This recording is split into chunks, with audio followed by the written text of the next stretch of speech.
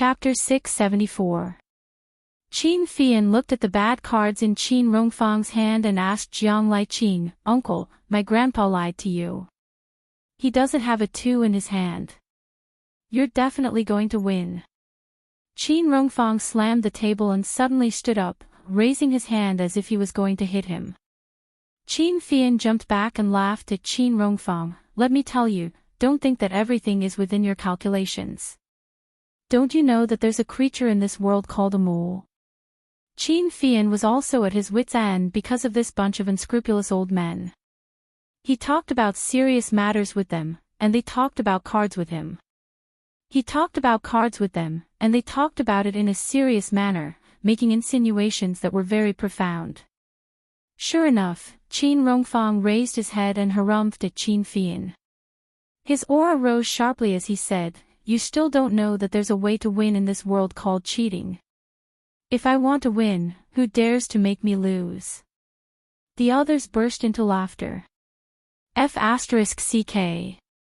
Qin Fian was directly defeated. Just at this moment, there was a clanking sound from the door lock. Qin Rongfang's eyebrows jumped. He quickly ordered, "Granddaughter-in-law is back. Quick, tidy up. Liqing, Qin Zhen, Fian, hurry up." Qin Fian snorted, "I'm not playing cards. I'm not taking them. You dare. Be careful, or I'll find a few women and throw them on your bed." Qin Fian snorted and reluctantly cooperated with Jiang Liqing and Qin Zhen to tidy up. The door was locked from the inside. After tidying up, Qin Fian then went to open the door. Yi Er knew that the door was locked from the inside. She knew that the elders at home were still there, so she didn't dare to knock. She only knocked 3 times, waited for a while, and knocked 3 more times. She was also afraid that the doorbell would be too loud, so she didn't dare to be too loud. Qin Fian looked at Yi Er standing at the door. He really didn't dare to look at her red and swollen eyes. He felt guilty and lowered his head and turned back into the house. In Yi Er's eyes, Qin Fian's actions showed that he had a deep opinion of her. Thinking about the elders still sitting on the sofa, Yi began to feel nervous again. After entering the house, she first went to the living room sofa to greet the elders. Yi Er then went to the dining room and took a plastic bag from the fridge. She then returned to the living room and knelt on the carpet under the tea machine. Looking through the trash can beside the tea machine, Qin Rongfang frowned. "What are you looking for?" Today, other than the elders and Fei Yan, there was only Xingling who came to drink. Everyone at home usually had teacups. Xingling was the only one who used a disposable plastic cup, so she found it quickly. Yi Er carefully held the bottom of the cup and put it into the plastic bag. This was what she had learned from the people from the disciplinary committee who were there to collect evidence. Oh, when Jingling came today, she wore a hat and purposely dressed to be fat. I went to the CCTV to take a look.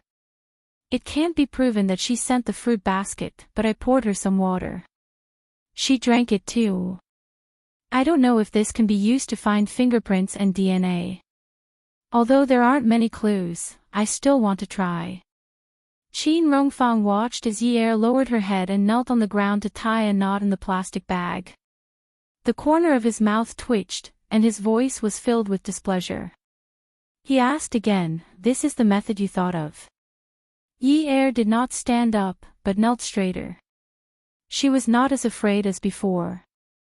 She looked at Qin Rongfang calmly and said, "I went to find Jingling tonight. She was deliberately hiding from me. I searched a few places before I found her. I feel that this matter has something to do with Jiang Zhao's secretary, Lu Qing. Jingling and Lu Qing are boyfriend and girlfriend. Lu Qing is a civil servant. I know that he is focused on his future and does not have any extra money. Jingling's photography studio is not big either. Money and gold bricks are understandable, but that 9-carat diamond is too expensive. It's not something that an ordinary jeweler would have, so they can't afford it. There should be someone behind them. If such an expensive diamond was sold, we should be able to find out the background of the person who bought the diamond. Yes, we can try. Qin Rongfang said in a very official manner. Old Master Jiang's eyes were filled with approval. Yi Er lowered her head gently and knelt between Qin Rongfang and Old Master Jiang. Old Master Jiang could not bear it. At times like this, he would always think of his eldest granddaughter-in-law. He gave Qin Rongfang a look, indicating that it was enough. Yi Er also had no choice. The Yun family did not have any rules that required her to kneel. However, Qin Rongfang's first sentence scared her. He said that not only was Jiang Zhao the mayor, but even if he became the chairman, she would have to kneel if he asked her to. Now, she could be said to be a scapegoat. In the face of such a strict family, she did not dare to say anything. In the face of love, there was no such thing as a scapegoat. The elders in the family said that they wanted to take her marriage certificate and turn it into a divorce certificate. She could not afford to offend them. If she was wronged, then she would be humiliated. If she was not wronged, then she deserved it.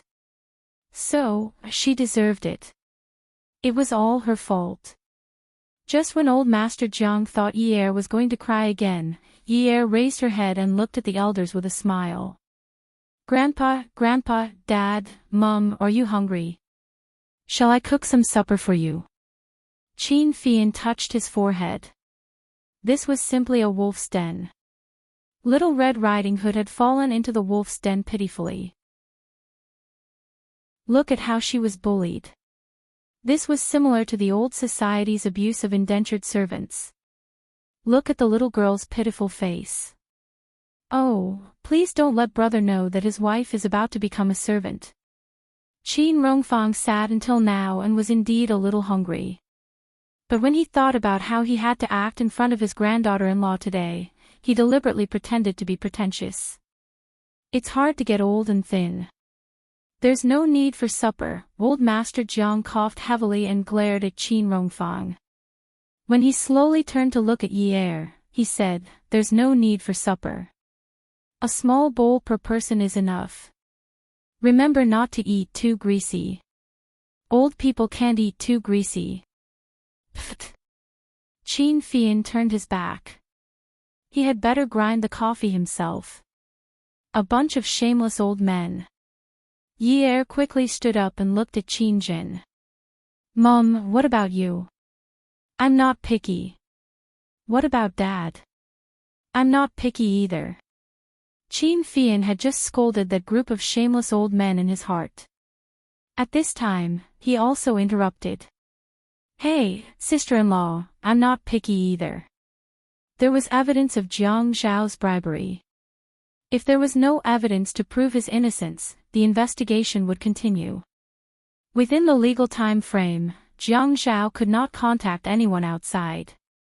Jiang Zhao rested in the place specially arranged by the Commission for Discipline Inspection. He fell asleep very quickly. There were all kinds of places to rest. There was a surveillance camera. The Commission for Discipline Inspection looked at the surveillance footage. Secretary Fong, isn't this Jiang Zhao too calm? He's simply an old fox.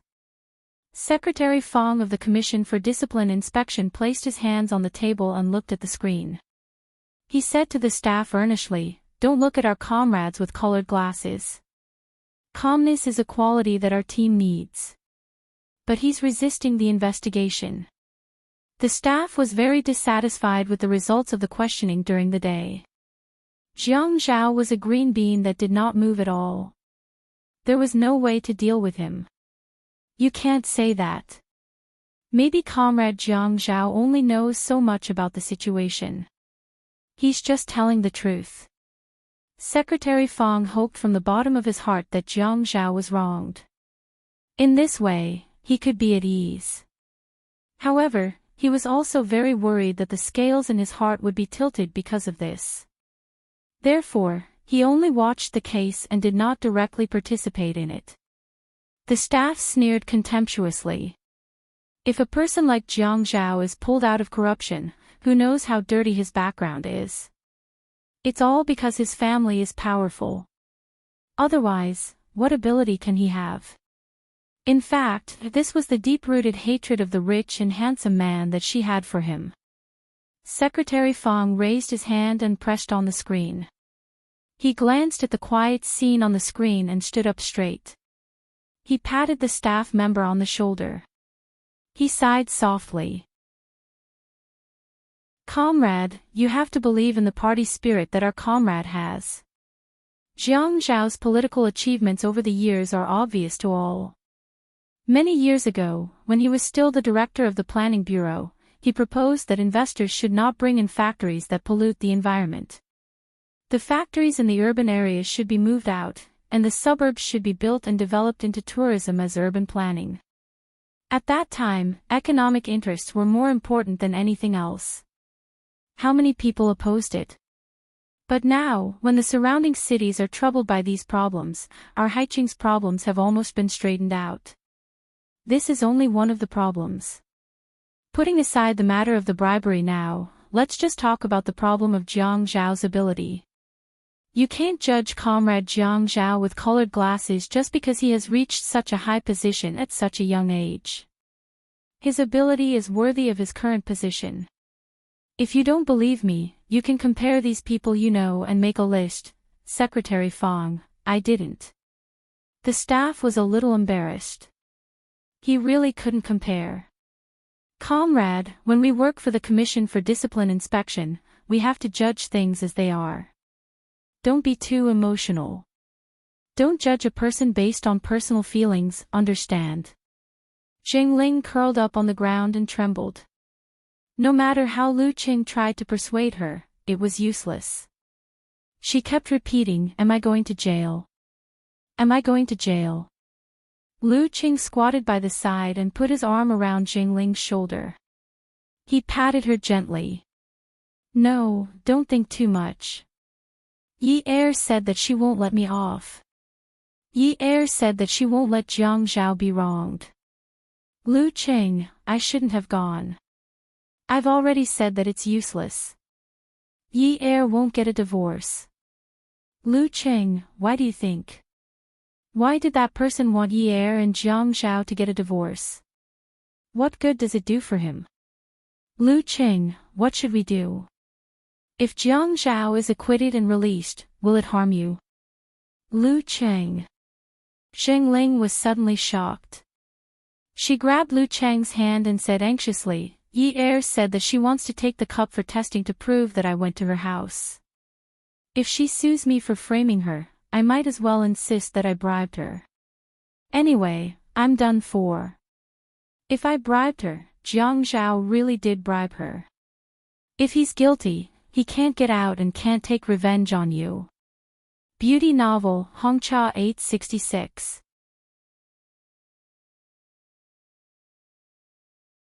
Chapter 675.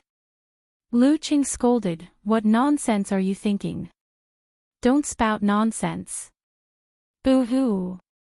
What should I do? What should I do?" Jingling cried as she threw herself into Lu Cheng's arms. "It's all my mom's fault. She's a burden to you." Lu Qing held Jingling's shoulders and stood up. "I'll just scold her. You're her biological daughter. Don't scold her. The more you scold her, the angrier she gets." Yi Er had cooked vinegar noodles. It was very light. Just smelling the vinegar made her salivate. She filled a small bowl for each of them. Yi Er also filled a small bowl for herself. She sat down but did not eat. Qin Fian sat opposite her according to seniority. He looked over. "Fian, do you know any jewelry merchants in Haiqing?" Qin Fian ate the noodles gracefully.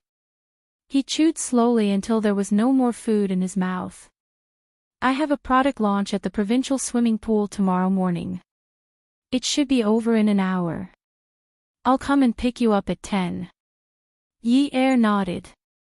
"Those people took the diamond away yesterday. We don't have any detailed information. Can you think of a way to get the testing data of the diamond, including the quality and cutting method? The more detailed the information, the easier it is to find the original seller, right? Qin Rongfang drank some sour noodle soup and smacked his lips. He glanced at Yi Er and lowered his head to eat his noodles. Let Zhua Hao help you with this. It's not convenient for Lai Qing to help you. If you need anything, give him a call later and ask him to cooperate with you. In Qin Rongfang's eyes, he always felt that Yi Er was too young and that his grandson had to pamper his wife. But as her grandfather, he had to think of a way to make this granddaughter-in-law mature slowly. How could the daughter-in-law of a wealthy family be like a child waiting for others to take care of her for the rest of her life? Maturity was a must. Yi Er was surprised that Qin Rongfang was willing to help her. She was flattered. Thank you, Grandpa. Tell me what you need to prepare. Those in the family who can cooperate with you will do so, Qin Rongfang added. Okay. Yi Er gripped the ivory chopsticks tighter and tighter.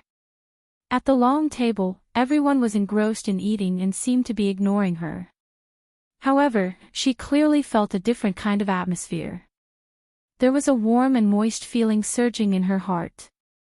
Her whole body had recovered from the cold and had regained some of its senses. The next morning, at the provincial swimming pool, the weather in February was still a little cold, and the temperature in the swimming pool was not high. Xia Qian wore a sweater and a jacket over it. Today was the press conference of a high-end swimming product of the Qin Group. Not only did they invite the popular idol group, but they also invited the diving queen, Shou, to dive on the high platform. Although there were celebrities present, the scene was very orderly and not chaotic. The patriotic enthusiasm and basic quality of the Chinese people. Xia Qian felt very gratified when she saw that it was on point. However, because of the arrival of the new director of the product company, Qin Fian, all of this turned into chaos. It wasn't that Xia Qian didn't know that the person who came today was Qin Fian, but she felt that she was going to be an excellent host with quality and strong resistance to pressure in the future. Even if she was asked to interview Ben Layden, she should tie her head to her belt and stiffen her back. So, what was Qin Fian to her? Wasn't it just a little conflict? The quality of the media was fully demonstrated at this time. In the beginning, they were very formal with their questions about the idol group and the diving queen. Now, they began to question Qin Fian. CEO Qin, are you under any pressure from your family? Please call me Chairman Qin, not CEO Qin, Qin Fian corrected them with a smile. For someone as coquettish as Qin Fian, even though it was such a formal product launch, even though the temperature of the swimming pool was several degrees lower than the temperature outside, he was still able to wear a pink shirt with 3 buttons undone, revealing his seductive chest. His sapphire blue suit was stylish and fitting. Xia Qian could not squeeze in. She could only look at the flirtatious man and beat her chest. Today's opportunity did not come easily. She had to ask 2 explosive questions. It turned out that all the paparazzi were like her. Today, they were here for Qin Fian. What was there to be polite about? None of the questions asked were of good quality. Chairman Qin, are you under any pressure from your family? Did your grandfather order you to end your homosexual life and carry on the family line?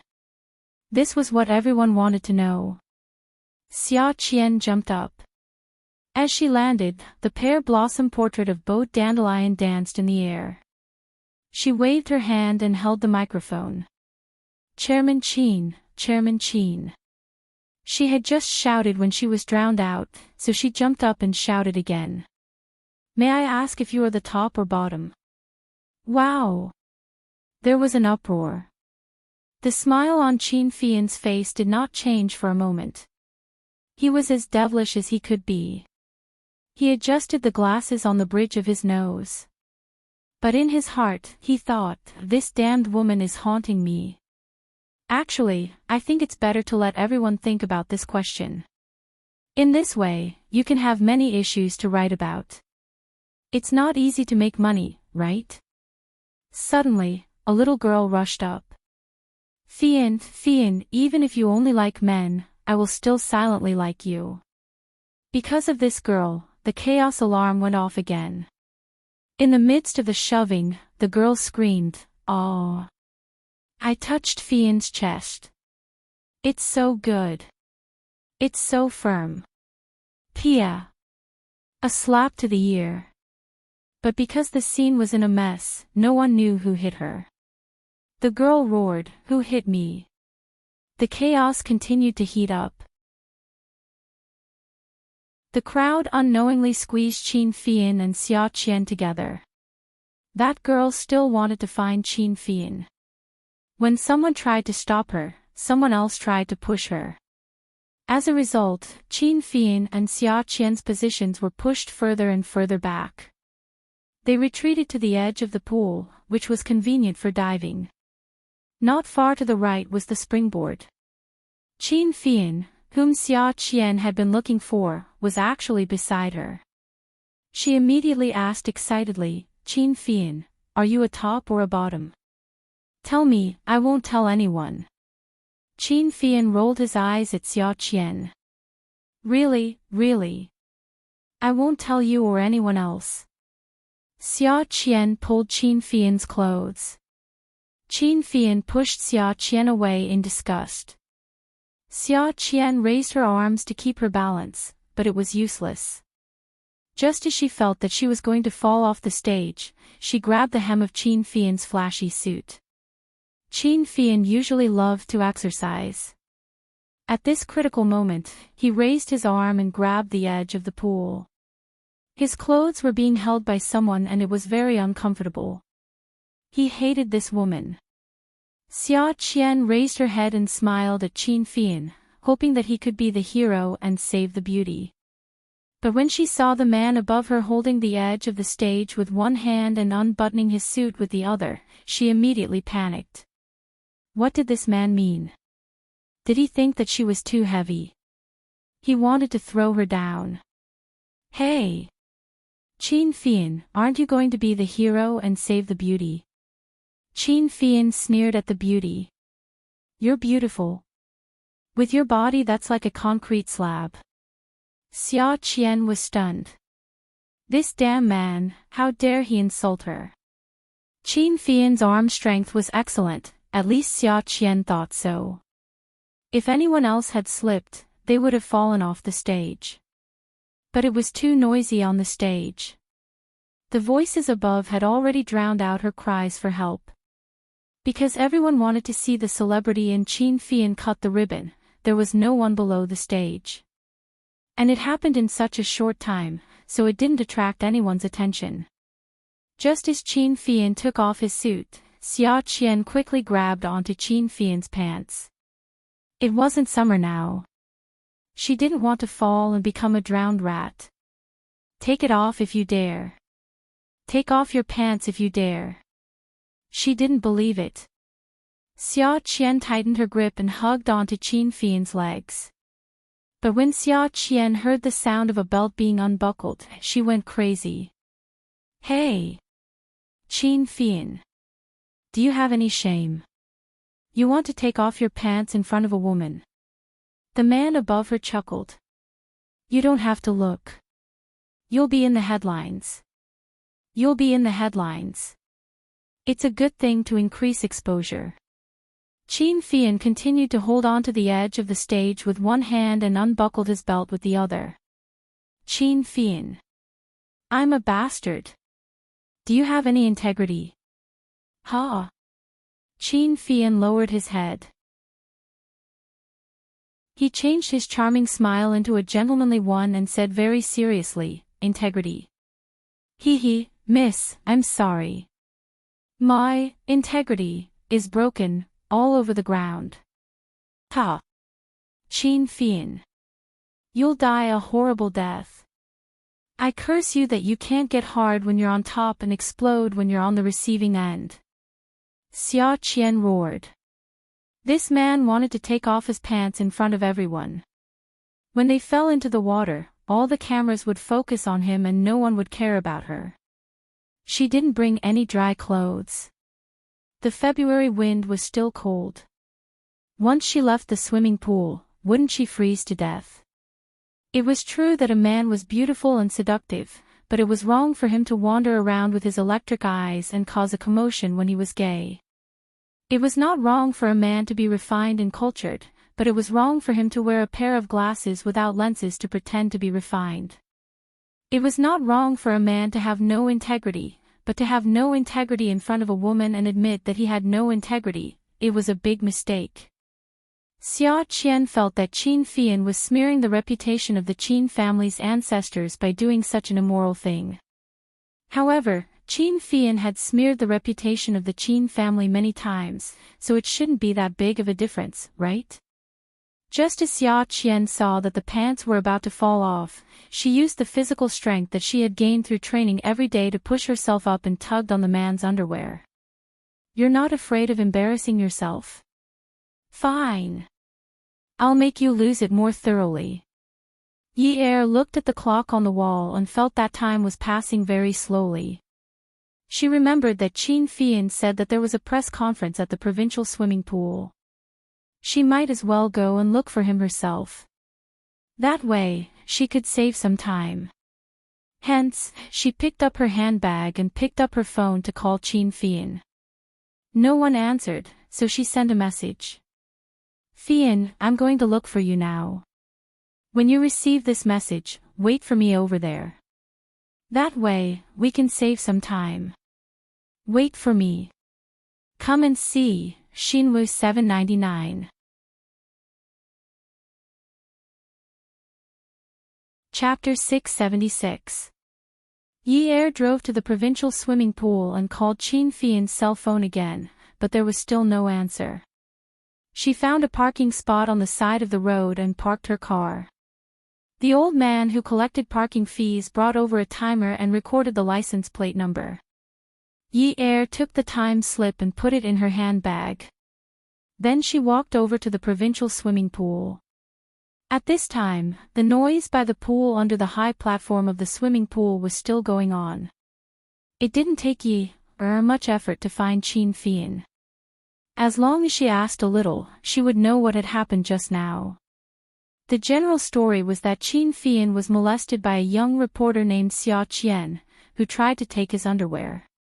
In the process, Qin Fian refused to comply to protect his innocence, and in the end, both of them fell into the water. When Yi Er heard this version of the story, the corner of her mouth twitched. Although she didn't quite believe it, when she thought about how Xia Qian had kissed Qin Fian and touched his chest while eating stinky tofu, she didn't think it was strange or suspicious. Anyway, with Xia Qian's brain, it wasn't like she wouldn't do something like that. But the news of Qin Fian falling into the water to escape from a molester was definitely more entertaining than the news of a diving queen jumping into the water. She really didn't know if this guy did it on purpose or not. However, Qin Fian never had any moral integrity when doing things. He didn't care whether he was from a big family or not. As long as he didn't blatantly kill people and steal their goods, he would do anything shameful. But there was one thing that others could never compare with him. That was, even though he did shameful things, he didn't feel shameful at all. Over time, people also felt that those shameful things that others did were not shameful when they were done by him. Wasn't this a different fate for everyone? Wasn't this a double standard? Yi Er arrived at the pool just in time to see the two of them being fished out of the water. Qin Fian originally wanted to mess with Xia Qian, but because of Yi Er's timely arrival, he couldn't do it.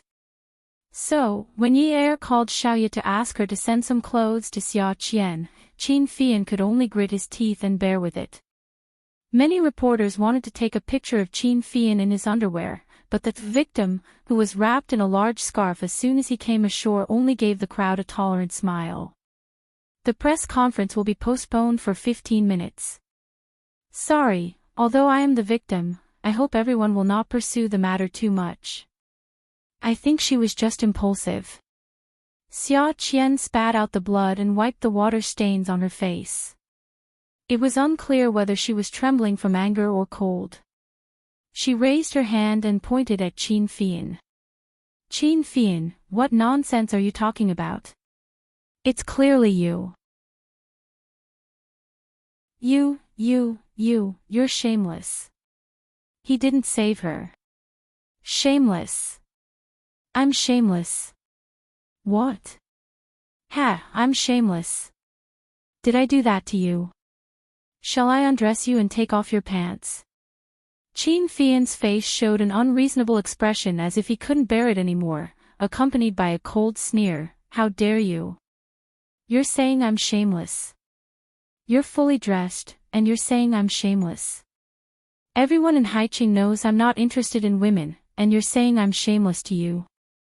Is there any justice in this society? Countless pairs of eyes expressed sympathy for Qin Fian's tragic experience, and expressed disdain for Xia Qian's filthy behavior. Qin Fian. You've gone too far. Xia Qian brushed away the wet hair stuck to her face and pushed away Qin Fian's assistant, who was supporting Qin Fian. Splash!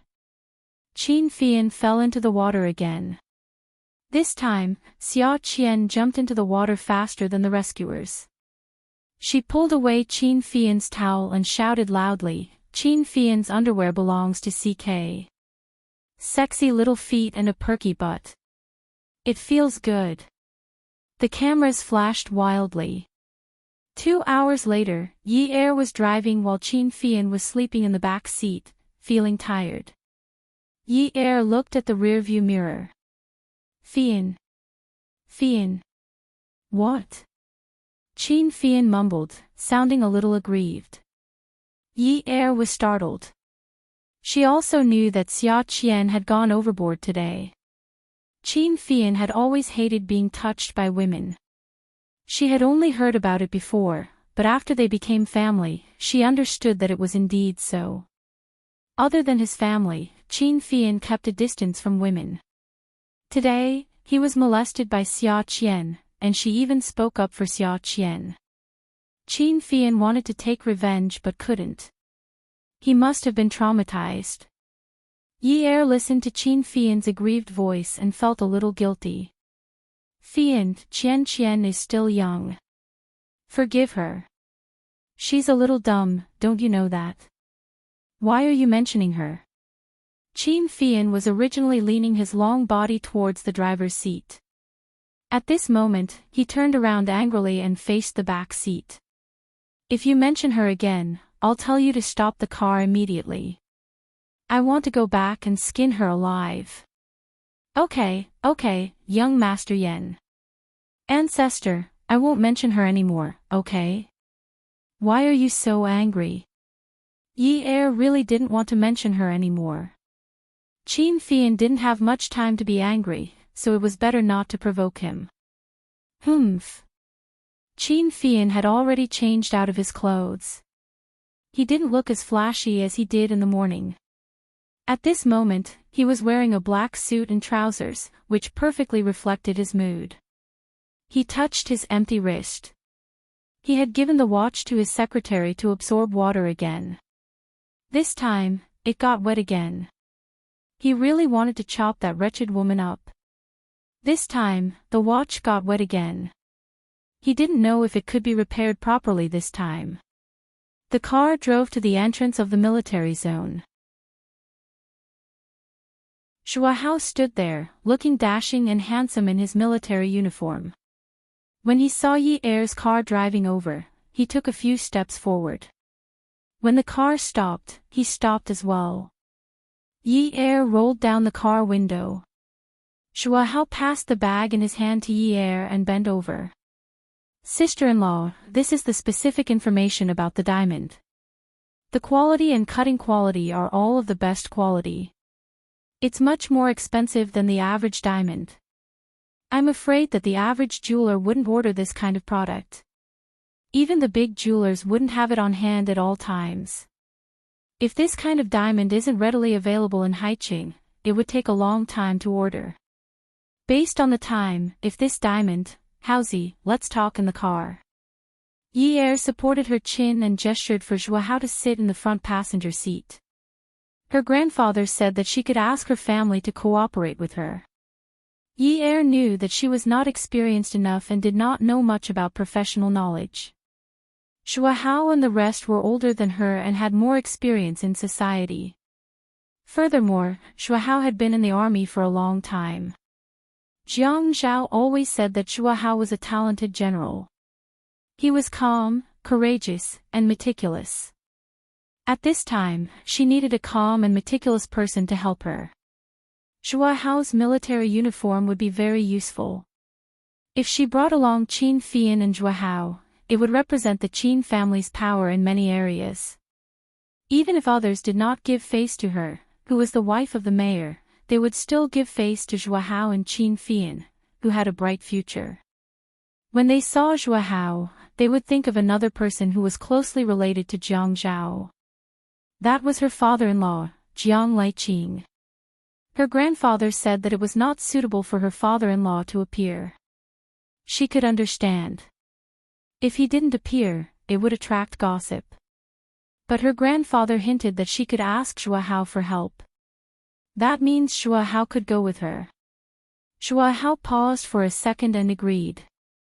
After getting into the car, Xue Hao looked at Qin Fian, who was sleeping with his back facing them. "Hey, what's wrong with you today?" Qin Fian was annoyed. "Talk about your diamonds. Don't disturb me." Xue Hao was annoyed. Xue Hao snorted. "Oh my god. You went underground to play with lava today. Did you get melted? If you don't want to talk about your diamonds, then get out of the car." Xue Hao stretched his body and slapped Qin Fian's butt. "I have something important to discuss with my sister-in-law. If you want to get out, then get out." Qin Fian sat up and threw his spectacles aside. He was about to fight with Xue Hao. Yi hurriedly pressed the horn and bowed to the two young masters. She said with a bitter frown, "Masters, please don't fight now. Can you get your brother out first and then pick a bigger place to fight? When the time comes, I'll prepare a kitchen knife for you, a sharp knife, any kind of knife, okay?" Qin Fian retracted his hand and leaned back. "Sister-in-law, you're really vicious to take all the assets for your husband. Go on." Yi Er giggled. Xue Hao glanced at the file Yi Er was opening and said, "Based on the time, it will probably take for this diamond to reach the buyer. If it took at least 2 months, then this framing has been planned for a long time, unless there is another possibility." Xue Hao slowly stopped talking, and the atmosphere became tense. Qin Fian picked up the glasses beside him and put them back on. "What other possibilities are there?" Yi Er held the appraisal report in one hand and flicked it on the paper with the other. He looked at Xue Hao with a determined gaze. "Unless this diamond was bought a long time ago and it's just a coincidence that it's being used now. Maybe this diamond was prepared by the buyer as a gift for some woman." Xue Hao slapped his thigh. "Yes, there's another important piece of information on this report. This diamond has a little scratch, which means that this diamond isn't brand new. It's very likely that it was taken from a ring holder. Also, it wasn't a diamond that was taken from a specialty store. This is a diamond that has been worn by someone before." Yi Er gasped. 9 carats. He shook his head. Who would wear such a big diamond when they go out? It's impossible for a rich madam to wear it unless she attends an event, a banquet, or an important gathering. Yes, it's impossible for an ordinary woman to have such a big and good diamond. If she's a rich madam, or if she's a kept celebrity, if she wears such a big diamond to an event, even if no one hypes it up, there will definitely be rumors. Many women will talk about it. Even my mother likes to talk about these things. It's not just my mother. Sister Zhen, beauty you, as long as she's a woman, it's hard not to pay attention to this. But in all this time, I've never heard my mother talk about such gossip." Yi Er and Qin Fian became more and more suspicious. Qin Fian pinched the space between his eyebrows. "It seems like the person who harmed my brother is very powerful. Ad Shinwu 799.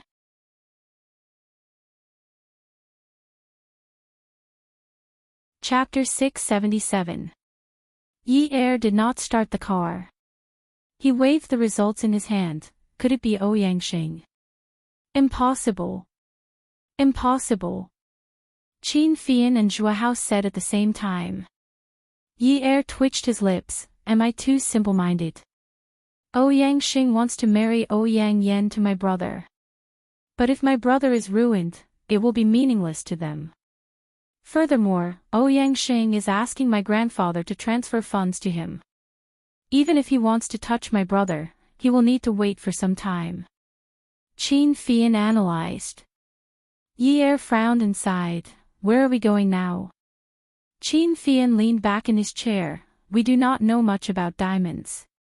But I know the boss of Bandung. Let's go and look for him. Their appraisers will take a look at the diamonds again. Most of the brands will have some special features. Their appraisers might be able to tell at a glance. Once they find the brand and the sales slip, they will be out. Then let's go. In the private room of Zhao Jun, Zhuang Yichen was sitting on the sofa. He was shaking the dice cups slowly. The sound of the dice cups hitting against each other could be heard. It was as if an unknown object was walking in the middle of the night. The indoor elevator door opened with a ding sound. The person who came out of the elevator was the current mayor, Chen Tong. Zhuang Yichen tilted his head and did not get up. Chen Tong walked towards him, and he only smiled at him. Chen Tong's expression was a little ugly. Zhuang Yichen usually treated him like a taboo and spoke nicely to him. At this time, he was sitting there as steady as a mountain and only greeted him with a smile. He was clearly putting on a superior attitude. The private room was quiet, and the atmosphere was heavy. There were only dim lights, and it was empty. Mayor Qin, you are so busy. Zhuang Yichen continued to shake his dice. Have a seat. Chen Tongguan was in a high position. Zhuang Yichen's sudden elevation at this time made him very uncomfortable. He was at a loss of what to do. Moreover, he was invited here today, and he was also very unwilling. As for Zhuang Yichen, the only person he truly respected and accepted as a friend was Jiang Zhao. When a man wanted to do business, he had to first choose the right partner. Just like a business marriage, he had to consider the other family's business projects and understand the strength behind the other family. Although Jiang Zhao was only a deputy mayor, his family's power was unshakable. Jiang Zhao was a self-disciplined person, and he would not easily get involved in any dirty dealings. If Jiang Zhao became partners with someone like this, as long as nothing happened to him, the other party's ship would be a good ship. Jiang Zhao could ride the wind and break through the waves. Obviously, Zhuang Yichen did not respect Chen Tong. Although Chen Tong was the mayor and was also a member of the standing committee, if someone from the top wanted to mess with him, those who were close to him would stay away from him. Unlike Jiang Zhao, if something happened to him, his entire family would not sit back and do nothing. Chen Tong had never been on the same side as Jiang Zhao. Now that Jiang Zhao was in trouble, Chen Tong was more interested than anyone else to know the reason behind it. He might even know about it a long time ago. But he still chose to avoid meeting with Zhuang Yichen. Manager Zhuang, you are so free to come here to play dice in broad daylight. It's fine. You also know that I am free. If I don't play dice, what else can I do? Zhuang Yichen raised his hand and gestured to the stool opposite him. Although the lighting in the private room was not good, Zhuang Yichen could still see Chen Tong's expression. He smiled coldly. Have a seat, Mayor Qin. If Zhuang Yichen smiled coldly, his aura would be intimidating. Usually, when he was doing business, people would only say that he was cool and did not like to smile. But at this moment, Chen Tong felt a sense of fear. But as a government official, he had been through a lot and was not afraid of a businessman. Zhuang Yichen took out the paper bag beside him and took out the photos of a man and a woman entangling with each other. The photos were scattered all over the table. He said, "Mayor Qin, you have good stamina. You are busy in the day, and you are also busy at night." Chen Tong looked at the photos on the table and was shocked. "Zhuang Yichen. Mayor Qin, you like to stand. But I don't like to look up when I am talking to people." Zhuang Yichen lowered his head and opened the dice cup. He stretched out his long fingers and started to play with the dice. Chen Tong took a deep breath and sat down angrily. "I want to know what happened to Mayor Jiang." "How can I know?" The Commission for Discipline Inspection had always been very strict when it comes to cases. "Oh, then where did I hear about this from? How will I know?" Chen Tong was not happy with Zhuang Yichen's attitude. Zhuang Yichen shook his head and sighed. "The women in these photos are really beautiful.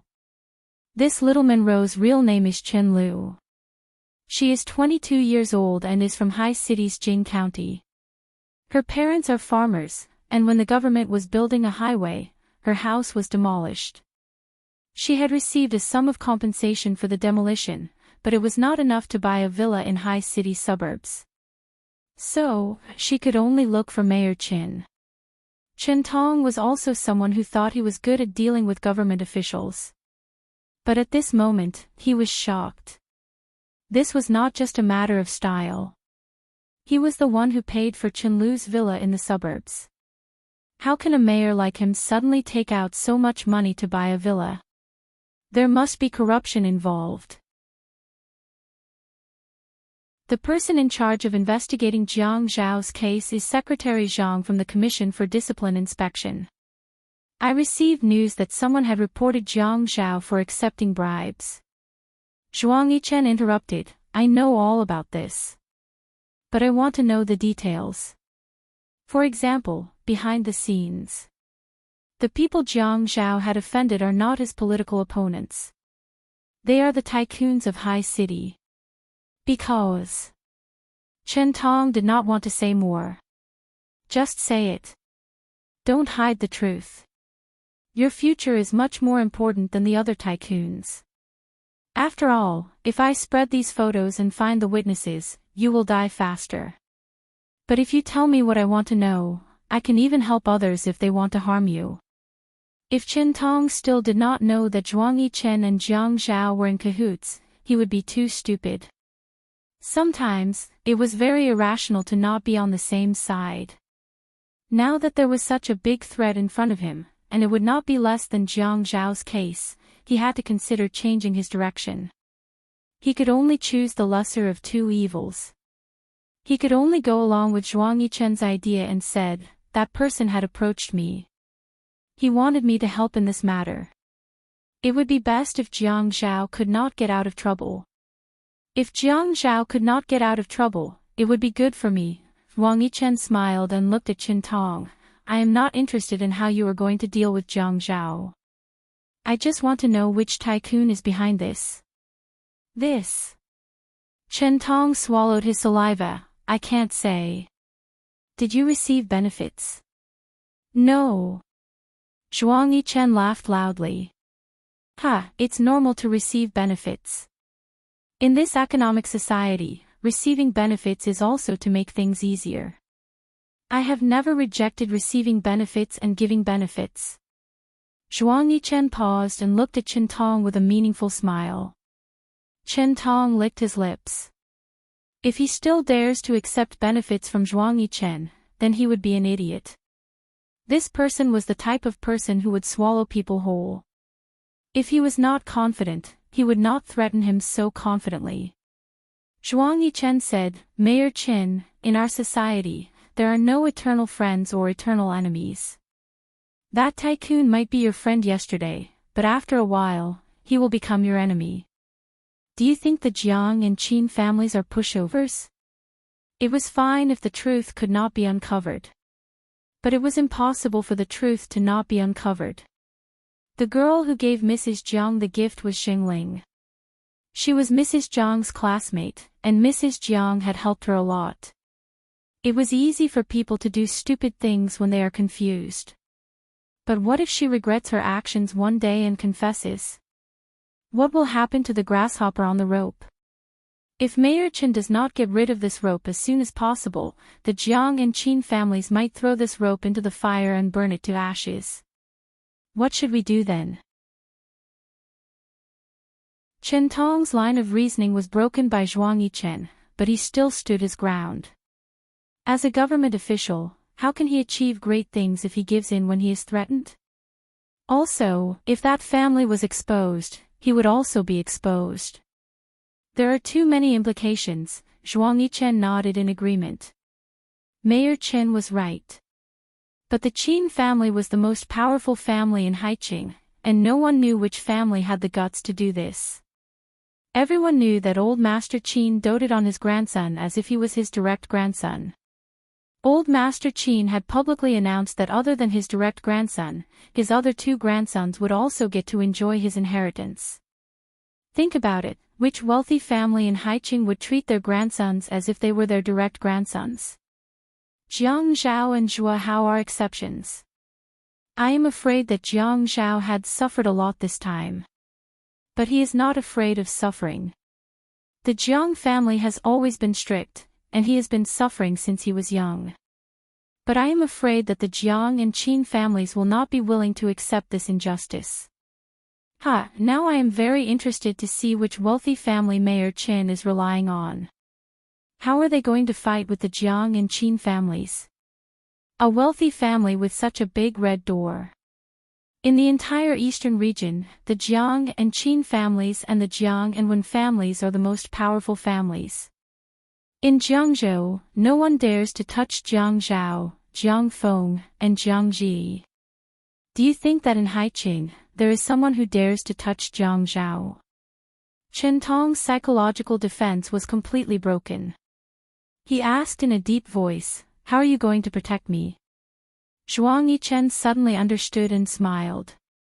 "You are not involved in this, right?"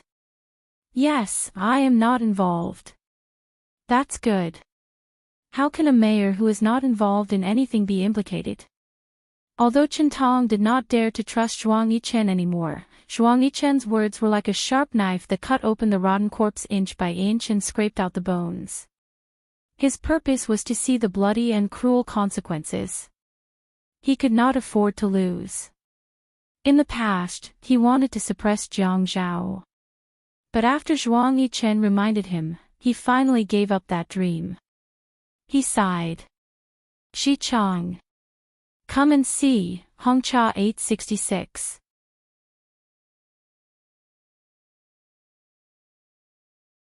Chapter 678. When Chen Tong left, he didn't get any promises from Zhuang Yichen on how to protect him. He kept twisting and twisting, revealing his weakness. The current situation made him very passive. Qin Fian had just contacted the boss of Bandung when Zhuang Yichen called. "Fian, it's me. Yichen. Put the clues on Hu Jinchang. He was the one who started this." "Are you sure?" "Yes, I heard it from Chen Tong. But if you have a more accurate clue, don't miss it. Don't let go of this opportunity. It's best if we can make it happen." "Okay." It was time for Jiang Zhao's lunch break. He went back to the break room and lay down to sleep. He didn't have any work or trivial matters for the past 2 days. He quietly thought about some things and sorted them out one by one. Before he was investigated, his father had told him that the photos and rumors with Ouyang Yan were done by Ouyang Xing. Actually, when he heard this news, he wasn't shocked. The reason why he wasn't shocked wasn't because he knew it was done by Ouyang Yan, but because he felt that it was good that it happened. Now that he thought about it, Yi Er had just gotten better and his head was injured, and he went to hold a press conference. At that time, he felt that he was more or less being used. Now that he thought about it, if it wasn't for that, he wouldn't have been able to provoke Yi Er. It was quite good. Now that the two of them had a good relationship, nothing else mattered. Whatever scandals, credit cards, caught in bed, it was all in the past. It was all in the past. But since there was a word to calculate, then just like what he said to Ouyangxing, calculate it clearly. Calculate it clearly so that it would be easier to collect debts. He thought about many people who had trapped him in the bribery ring. Chen Tong. Ouyangxing. Even Zhou Li. In his eyes, he had never thought of Zhou Li as a good person. When Yi Er wasn't around, he didn't even want to say the word mom. How was that woman worthy of being Yi Er's mother? It was probably because she couldn't get the custody back, so she did it on purpose. However, he wasn't in a hurry. He really wasn't in a hurry. Too many things had happened in the past few months, one after another. Instead of waiting for him to find clues, it was better to wait until he was about to die and see who would pop up. The person who popped up might not necessarily be the one who put him in the trap of bribery, but he would definitely be at odds with him. Sooner or later, he would go against him. When that time came, he would reel in the net together. However, she did not know how Yi Er was doing. She had no way of contacting him. When he calmed down, he really missed her. Jiang Zhao lay on the bed. When he closed his eyes, Yi Er wormed its way into his brain. Inside the CEO's office at Xi Empire, Xi Jintian was talking to old Master Jiang on the phone. Old man, why did you come to High City again? Come out for dinner tonight. What? No time. Old fart, you came to Sea City and didn't even eat with me. You dare to say that you're not free. Do you want to die? Cut the crap. Let me tell you, it's just us old guys for dinner tonight. Don't call the young people over. You really dare. Xi Jintian suddenly changed his agitated tone. Old Jiang, did something happen? Why did you come over if nothing happened? It has something to do with Zhao Zhao, right? You only have one grandson in High City. If Zhao Zhao hadn't gotten into trouble, would I have thought that you came over because you missed me? Okay, I'm hanging up. I'll contact you another day when you're done with your matters. Unwu raised his head when he heard the two words, Zhao Zhao, until Xi Jintian hung up the phone. Grandpa, did something happen to Jiang Zhao? I don't know what happened yet. Old Jiang refuses to say now. He said that we'll have dinner together in a few days. Aren't you guys on good terms? Why didn't he tell you? He's afraid that I'll worry if I find out. Grandpa, why don't we pay a visit to the Qin residence tonight? Unwu asked expectantly. Brat, are you hoping that something will happen to Jiang Zhao so that you can covet other people's women? Grandpa. Unwu felt bored. He just yelled and lowered his head to do his work. Hurry up and arrange a meeting with the daughters of High City. You can put aside the engagement. I don't want to get married. I'll be single for the rest of my life. You. Xi Jintian said resentfully. You're making your grandpa angry because of someone else's woman. You'll be very happy when I die one day. Jenny Chang. Yi Er said. When he heard Qin Fian say that there was a mastermind behind the scenes, he was so shocked that he couldn't say anything. Zhua Hao said, Sister-in-law, he seems to be a relative of the Yun family, right? Yi Er stopped the car by the roadside. Haozi, you drive. I'm not very focused. I'm afraid that I'll drive the wrong way. Okay. Yi Er and Zhua Hao both unbuckled their seatbelts, opened the car door, and changed seats. Yi Er sat in the front passenger seat and stared blankly ahead. Jianni Chang is my father's cousin. According to seniority, we're both in the Shi generation. When I was young, I called him uncle.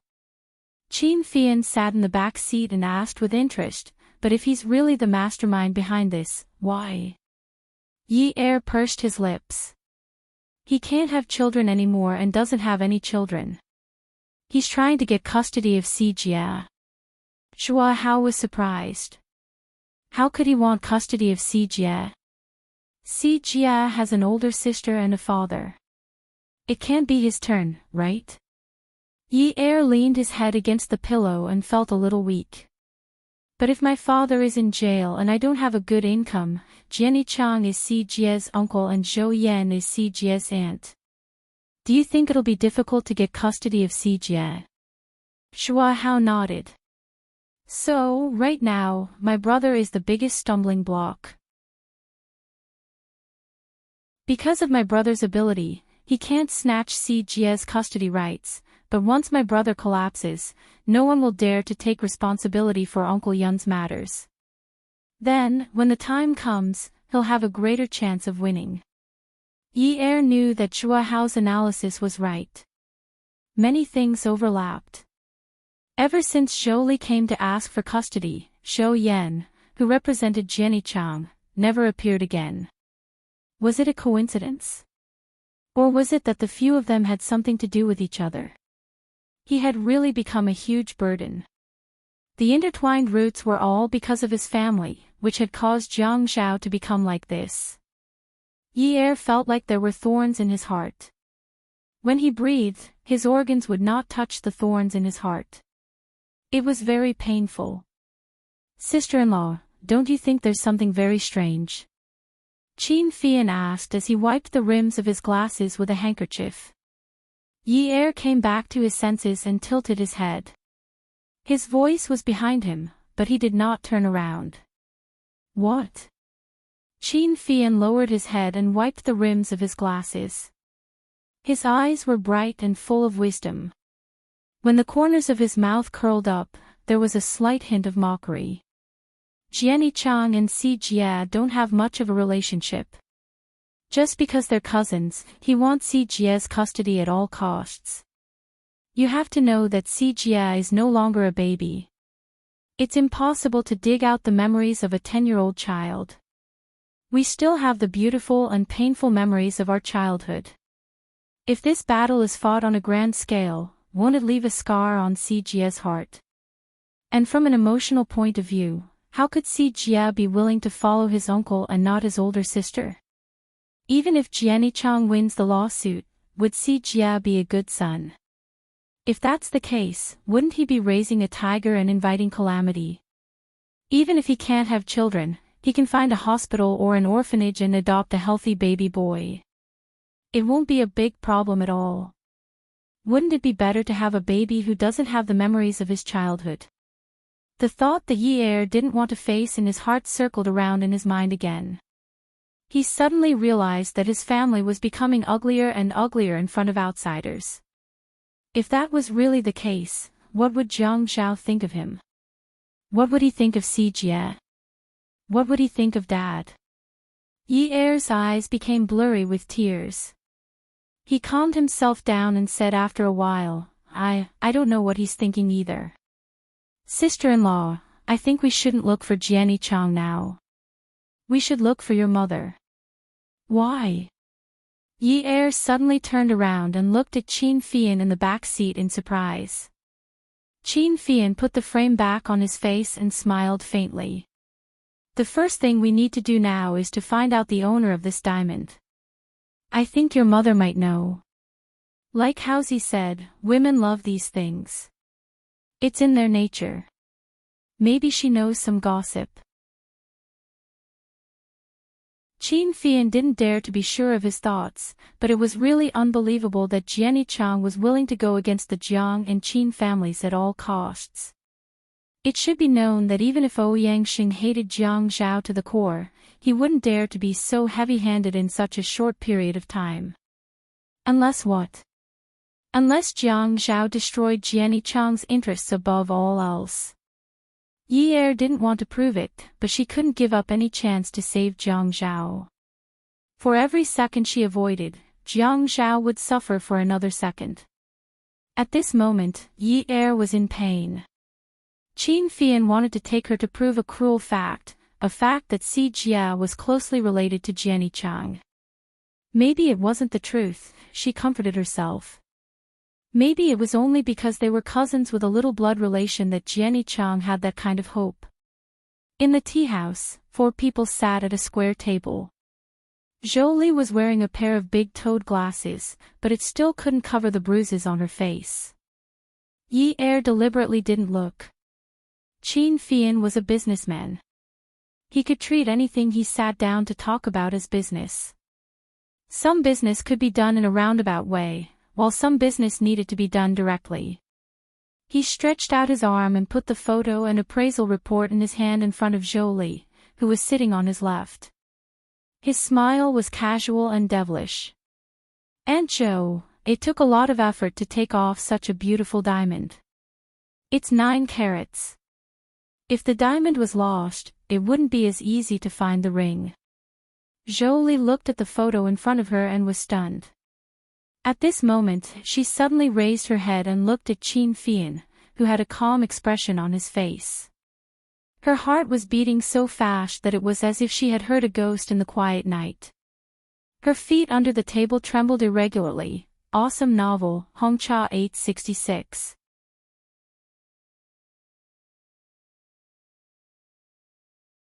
Chapter 679.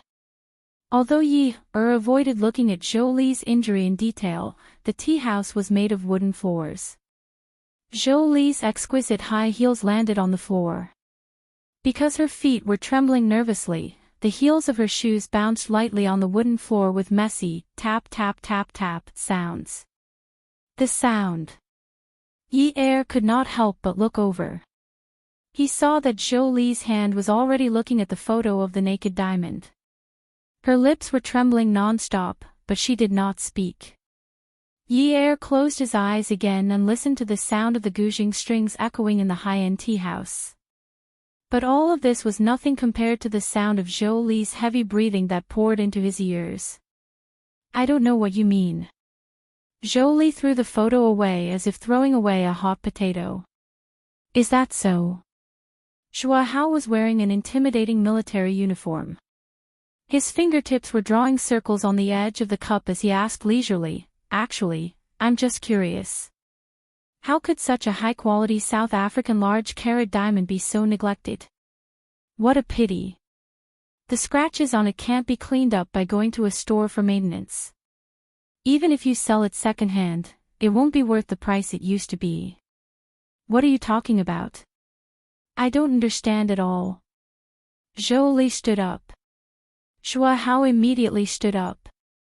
His height and the aura of the military uniform scared Jolie so much that she took a small step back.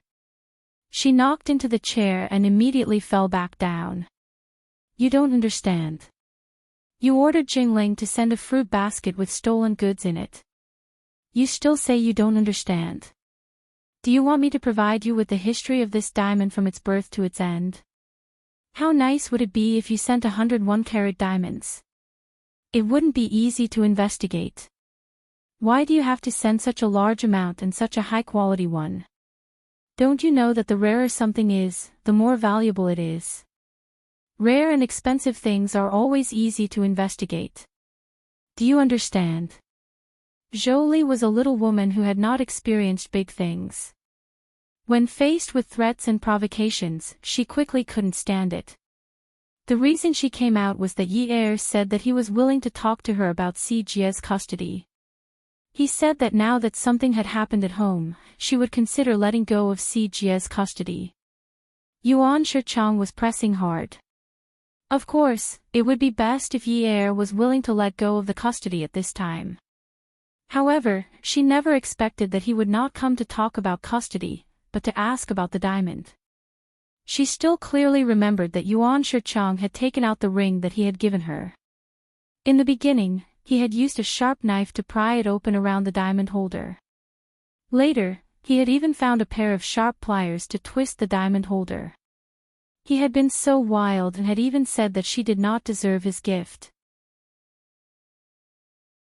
He could have taken it to the shop to get it, but he didn't want to. He destroyed it himself. She knew he was furious with her. All these years, he had never treated her like this. Because of their son's custody, he had quarreled with her time and time again. The matter of framing Jiang Zhao had been decided a long time ago. If they still refused to let go of the custody, it would have to be carried out. Yuan Shichang was a careful person. He knew that it would be difficult to set a trap for Jiang Zhao. However, Yi Er had a good friend called Jingling who quickly found out. Jingling's mother was greedy and snobbish, so she was quickly hooked up with someone and won a lot of money. Later on, even though she lost a lot of money, she kept trying to recoup her losses. She kept borrowing money from loan sharks. In the end, the amount was so large that even if Jingling sold the studio, he would not be able to pay it back. Moreover, Yuan Shichang's motive was not for Jingling's mother to pay the money back, but to use all means to threaten Jingling. If he wanted to keep Jingling's mother intact, Jingling would definitely betray Yi Er. There was only one choice. According to their thinking, now that Yi Er and Jiang Zhao had feelings for each other, if something happened to Jiang Zhao, Yi Er would take the blame for Jiang Zhao. The only way to not implicate Jiang Zhao was to quietly get a divorce. As long as they were related, they could even adjust the system time to the day before the divorce. The Qin family had the ability to do so. However, Yi Er did not get a divorce. Instead, she came looking for them. "You want me to go to jail?" Zhou Li did not answer Zhua Hao's question. Instead, she blurted out a sentence without rhyme or reason. To prevent her hands from trembling, she gripped the armrest of the wooden chair tightly. Her sunglasses covered her eyes, but her voice was filled with panic. "Are you sending me to jail?" Yi Er suddenly opened her eyes. She realized a problem. It was not Si Jie's problem, but if this was really Yuan Shichang's doing, and if Zhou Li was also involved, and Jiang Zhao returned home safely, then besides Jingling and Yuan Shichang, Zhou Li would also be in jail. She had once called her by her name. "Zhou Li, leave. Don't ever appear in front of me again."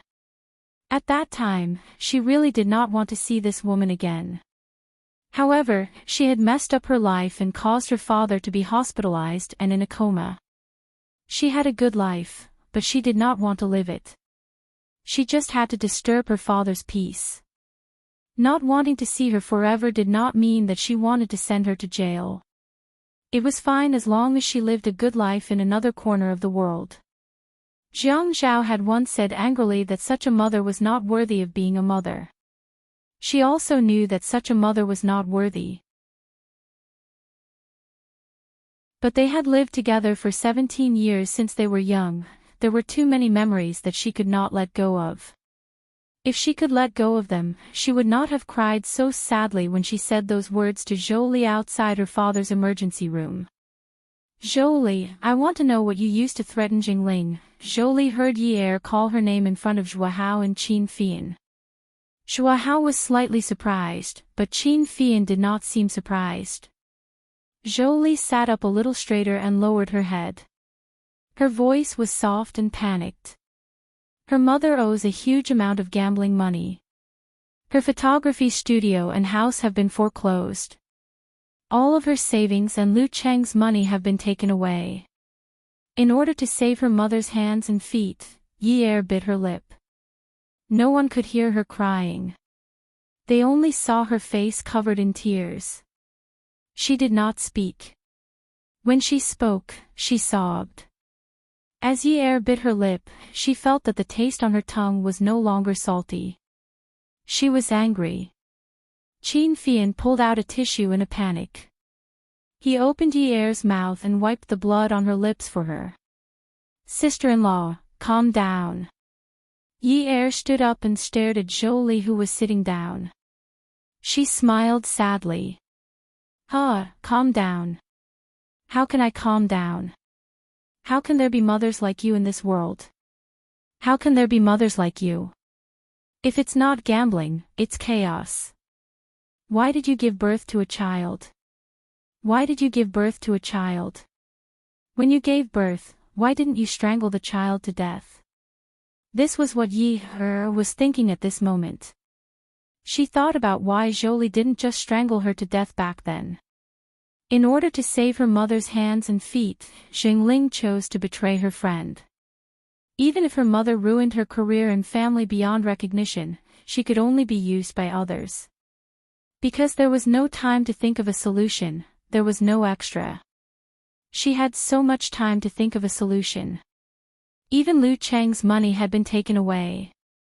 What kind of mother was she? And this mother of hers was even more ridiculous. Her son and daughter could have lived together without any worries for Wu Yu, but she had to destroy it for her own selfish desires. She destroyed it so naturally. With just a sentence, "I have my reasons," she completely destroyed it. Ever since Jolie was scolded by Yi Er last time, she felt guilty every time she thought about it. She did not even dare to look Yi Er in the eye. When Yi Er said such heartbroken words, she could not help but cover her face and cry. "Yi Er, I didn't want things to be like this either.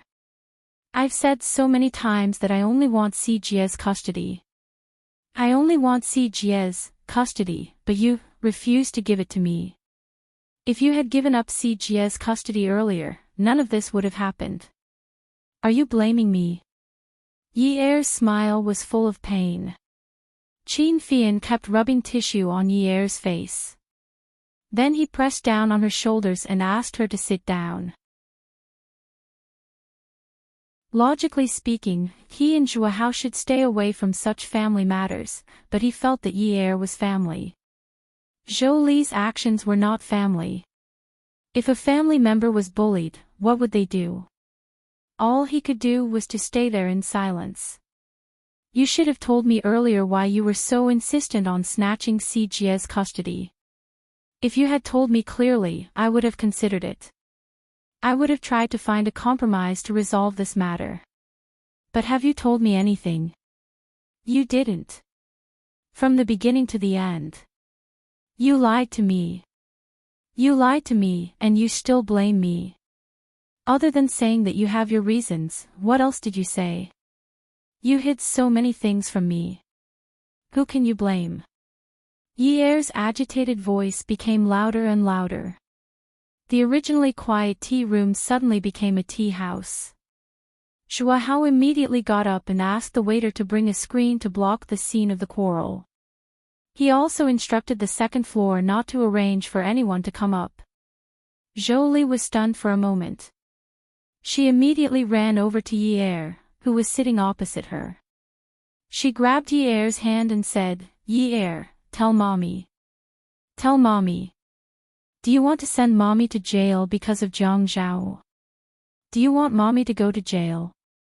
"Ha!" Jolie took the glasses off her face. Yi Er saw a shocking scar on the bridge of her nose and around her eyes. It was already very swollen and badly bruised. When she frowned, Jolie suddenly knelt in front of Yi Er and sobbed, "Yi Er, don't send Mommy to jail. Mommy promises that it won't happen again. Yi Er, I beg you. Don't send Mommy to jail. Mommy loves you very much, very much." Yi Er hated it when Jolie knelt in front of her. She hated it. Jolie knelt down and kept saying that she was her mother and that she loved her. She kept reminding her that the person who knelt on the ground and begged her was her mother. God had played a big joke on her. It was said that fate was arranged by God.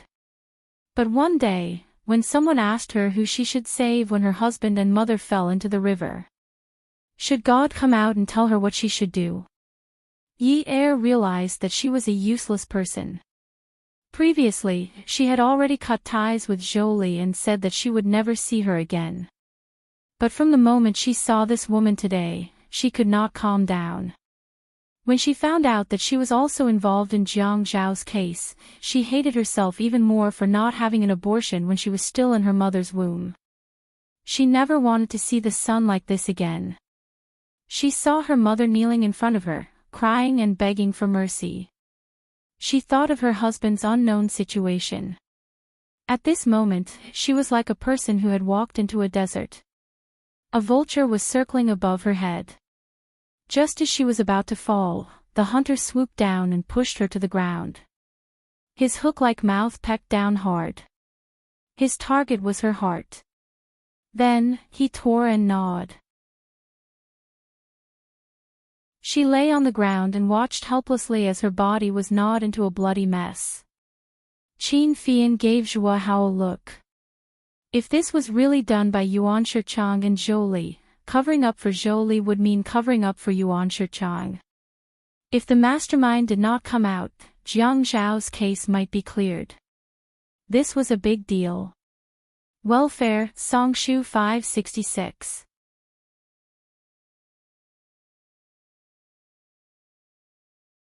Chapter 680. Zhua Hao knew that Qin Fian did not like to argue with women. At this moment, he strode over and used his strong physique to pick Zhou Li up from the ground. Aunt Zhou, you should be thinking about how to explain yourself instead of begging sister-in-law. To put it bluntly, my brother was wronged in this matter, but Yuan Shichang was not. If Yuan Shichang is not found out, my brother will be wronged for the rest of his life. Not to mention the small matter of losing his official position, that 9-carat diamond is enough to sentence him to a very heavy sentence. Yi Er finally came to her senses after hearing Zhua Hao's threatening and reminding words. Nothing must happen to Jiang Zhao. Nothing must happen to Jiang Zhao. If Jiang Zhao collapsed, not only would she lose her pillar of support, the entire family's pillar of support would also be gone. Yuan Shichang should go to jail. If he went to jail, no one would come to snatch her brother away. She did not care about those rotten relationships. She only knew that Si Jia was her brother from the moment he was born. They had been together for 10 years. From the first time she taught him to call her sister, this brother was destined to be hers. Yi Er swayed her body and turned to run away. Qin Fian chased after her and asked Zhua how to restrain Zhou Li. Zhou Li shouted for Yi Er. When Yi Er heard Zhou Li's shout, she ran even faster. Qin Fian chased after Yi Er and pulled her to the side of the car. He took out the key to open the car door and pushed her into the passenger seat. He sat in the driver's seat and said, "You have to face it sooner or later. Why are you running?" Yi Er leaned on the dashboard in the passenger seat and cried uncontrollably. Qin Fian was a little moved by the sadness in her sobs. It's a little cruel. I don't want to face it. Sister-in-law, but you are my brother's wife. You are the granddaughter-in-law of the Jiang and Qin families. It's not that we want to teach you to forget your mother after you have a husband, but you clearly know who caused my brother to become like this. My brother did not do anything to let your mother down. You have to be fair. Yi Er. She was still leaning on the dashboard and sobbing as she said, I know, Fian, but you can't understand how I feel now. How could she share such feelings with others and let others understand? How could he empathize with someone who was not born in this situation? Qin Fian nodded. Yes, I can't understand because this matter didn't happen to me. Because I have a deep relationship with my brother, but not with Zhou Li. You, my brother and Zhou Li, but you have a different relationship. But I'm sure you know this is different. It is not that I want you to disown's words. Not, I too, it's not to disown, I. If it, I, too, I, if to. Li too, it. To be a. Yi Er kept sobbing as she said, I know. Pain is inevitable. Now you have to understand that if my brother can't be countered, then he really did take bribes. Sister-in-law, I'm not trying to threaten you, nor am I trying to use anything to pressure you. Think about it yourself. If my brother goes to jail, it won't be good for the whole family. Let's just talk about Uncle Yun and Si Jia. If Zhou Li is fine outside, will she treat them well? She can't be as dedicated as my brother. After a long while, Yi Er sat up and sighed. Fian, don't say any more. Help me deal with this matter. I won't get involved, okay? But if Zhou Li is really an accomplice, can you consider? I'll think of a way. Thank you. Because of Zhuang Yichen's intervention, Zhua Hao, and Qin Fian's help, as well as Qin Rongfang and Elder Zhang's secret help, Yuan Shichang and Jingling were interrogated and investigated.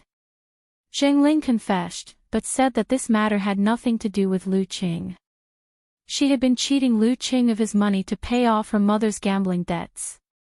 What was even more surprising was that Yuan Shichang also insisted that this matter had nothing to do with Zhou Li. He said that he didn't know anything about it. Zhou Li even got slapped a few times for defending Yi Er. When Zhou Li found out about this, she cried until she fainted. She always thought that Yuan Shichang hated her and would send her to jail with him. But he took all the blame alone. Qin Fian had promised Yi Er that he would help Zhou Li think of a solution. If Yuan Shichang took all the blame, then he couldn't be bothered to take care of it. It would save everyone a lot of trouble. Chang Li's concubine. Yuan Shichang forced Jingling to frame him. His crime was serious and he was sentenced to 20 years in prison. Because Jingling's attitude was good, Yi Er didn't ask for an appeal. The original sentence was 5 years with 1 year of probation. If the Yuan family got involved in other lawsuits, they might have a chance to turn the tables. But the people they provoked were the Jiang and Qin families. They could have been sentenced to only 5 years, but their connections didn't work. Instead, the sentence of 10 years was reduced to 20 years. As for the Yuan family, once Yuan Shichang fell, they would basically fall. Many companies would have loans, and the Yuan family was no exception. Zhou Yan wanted to turn the tables, but she was being pushed to her death step by step. She couldn't do anything, and there was no way out. Soon, the bank came knocking on their door. At this time, all the shareholders who were related to them wanted to get a share of the profits. Soon, the Yuan family fell into chaos. The assets were quickly seized and auctioned off by the bank. 9 days. This was a record for the speed of the fall of a wealthy family in Haiqing. And the person who secretly pushed this record was Jiang Zhao. Jiang Zhao had just been cleared of suspicion, so it was normal. On the day of work, he arranged for people from the Industry and Commerce Bureau and the Tax Bureau to conduct a large-scale investigation of the Yuan family. The newspapers quickly reported the suspicious accounts of the Yuan family every day. They pointed out that the Yuan family had always been suspected of falsifying accounts to deceive shareholders. They also exaggerated the news of Yuan Shichang's imprisonment. The share price fell very quickly. Even if the market opened high and high, the Yuan family's shares were still lying on the floor, motionless. Jiang Zhao felt that he wasn't despicable. At least the methods he used were open and above board. He only dug out the Yuan family's internal affairs for everyone to see. He went through the proper channels and wasn't as despicable as Yuan Shichang. Moreover, if he didn't do this, his grandfather and grandfather would have taken action. The whole thing had been tacitly approved by the 2 elders in his family. He was also doing this for the sake of the 2 elders' physical and mental health. He didn't want them to tire themselves when they took action. He was being filial. A wealthy family was suddenly burdened with debt. However, yesterday's prosperity was gone, leaving behind a desolate land. Zhou Yan had always known about the relationship between Zhou Li and Yuan Shichang, but she had never exposed it.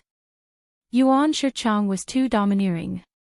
Back then, it was because Zhou Li married Yun Hongwei that he married her in a fit of anger. She knew that there was no love in this marriage, but she still swallowed her anger and loved that man. Now that there was nothing left, and the man was gone, all the resentment and anger in her heart accumulated. It all came to Zhou Li. The family's assets were seized. Zhou Yan was like Yi Er back then, renting a house outside.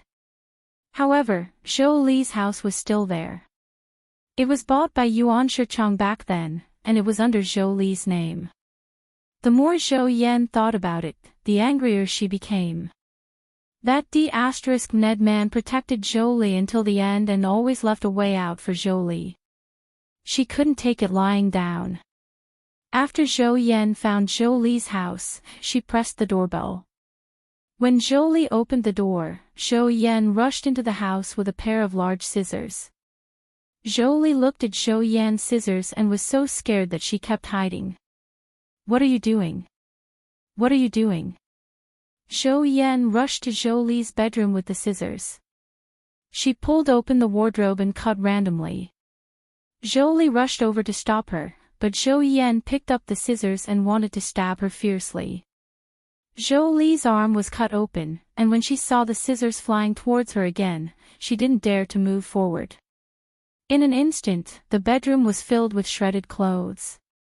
Jolie shouted, "Stop cutting! Stop cutting! Stop cutting! These things were bought by Yuan Shichong for you, right? Don't you know about the couple's joint assets? I'm cutting these things now because I have the right to do so. Half of the money he spent on you is mine." Zhou Yan thought of something after cutting the clothes. She ran to the shoe-changing area at the door and pulled open the shoe cabinet. She didn't let go of any boots or sandals. In the end, not a single pair could be worn outside. Seeing that Jolie was too timid to stop her, Zhou Yan stood up and laughed. "You woman, I'll see what you'll do if you don't have good clothes and shoes to wear in the future." Zhou Yan was getting weirder and weirder. She held the scissors and slowly walked towards Jolie. Jolie timidly retreated. They were sisters, but they didn't look alike at all. One was more dignified, while the other was more beautiful. Zhou Yan wasn't beautiful, the beautiful one was Jolie. Jolie's personality didn't have Zhou Yan's arrogance. She was even a little timid. Women were gentle and made people want to protect them. Zhou Yan pressed on, and Jolie retreated in panic. Their expressions were completely different. Zhou Yan revealed her ferocious side. Jolie's legs went weak and she fell to the ground. Zhou Yan rushed over and rode on Jolie. She pressed her down and used the scissors in her hand to force Jolie's face.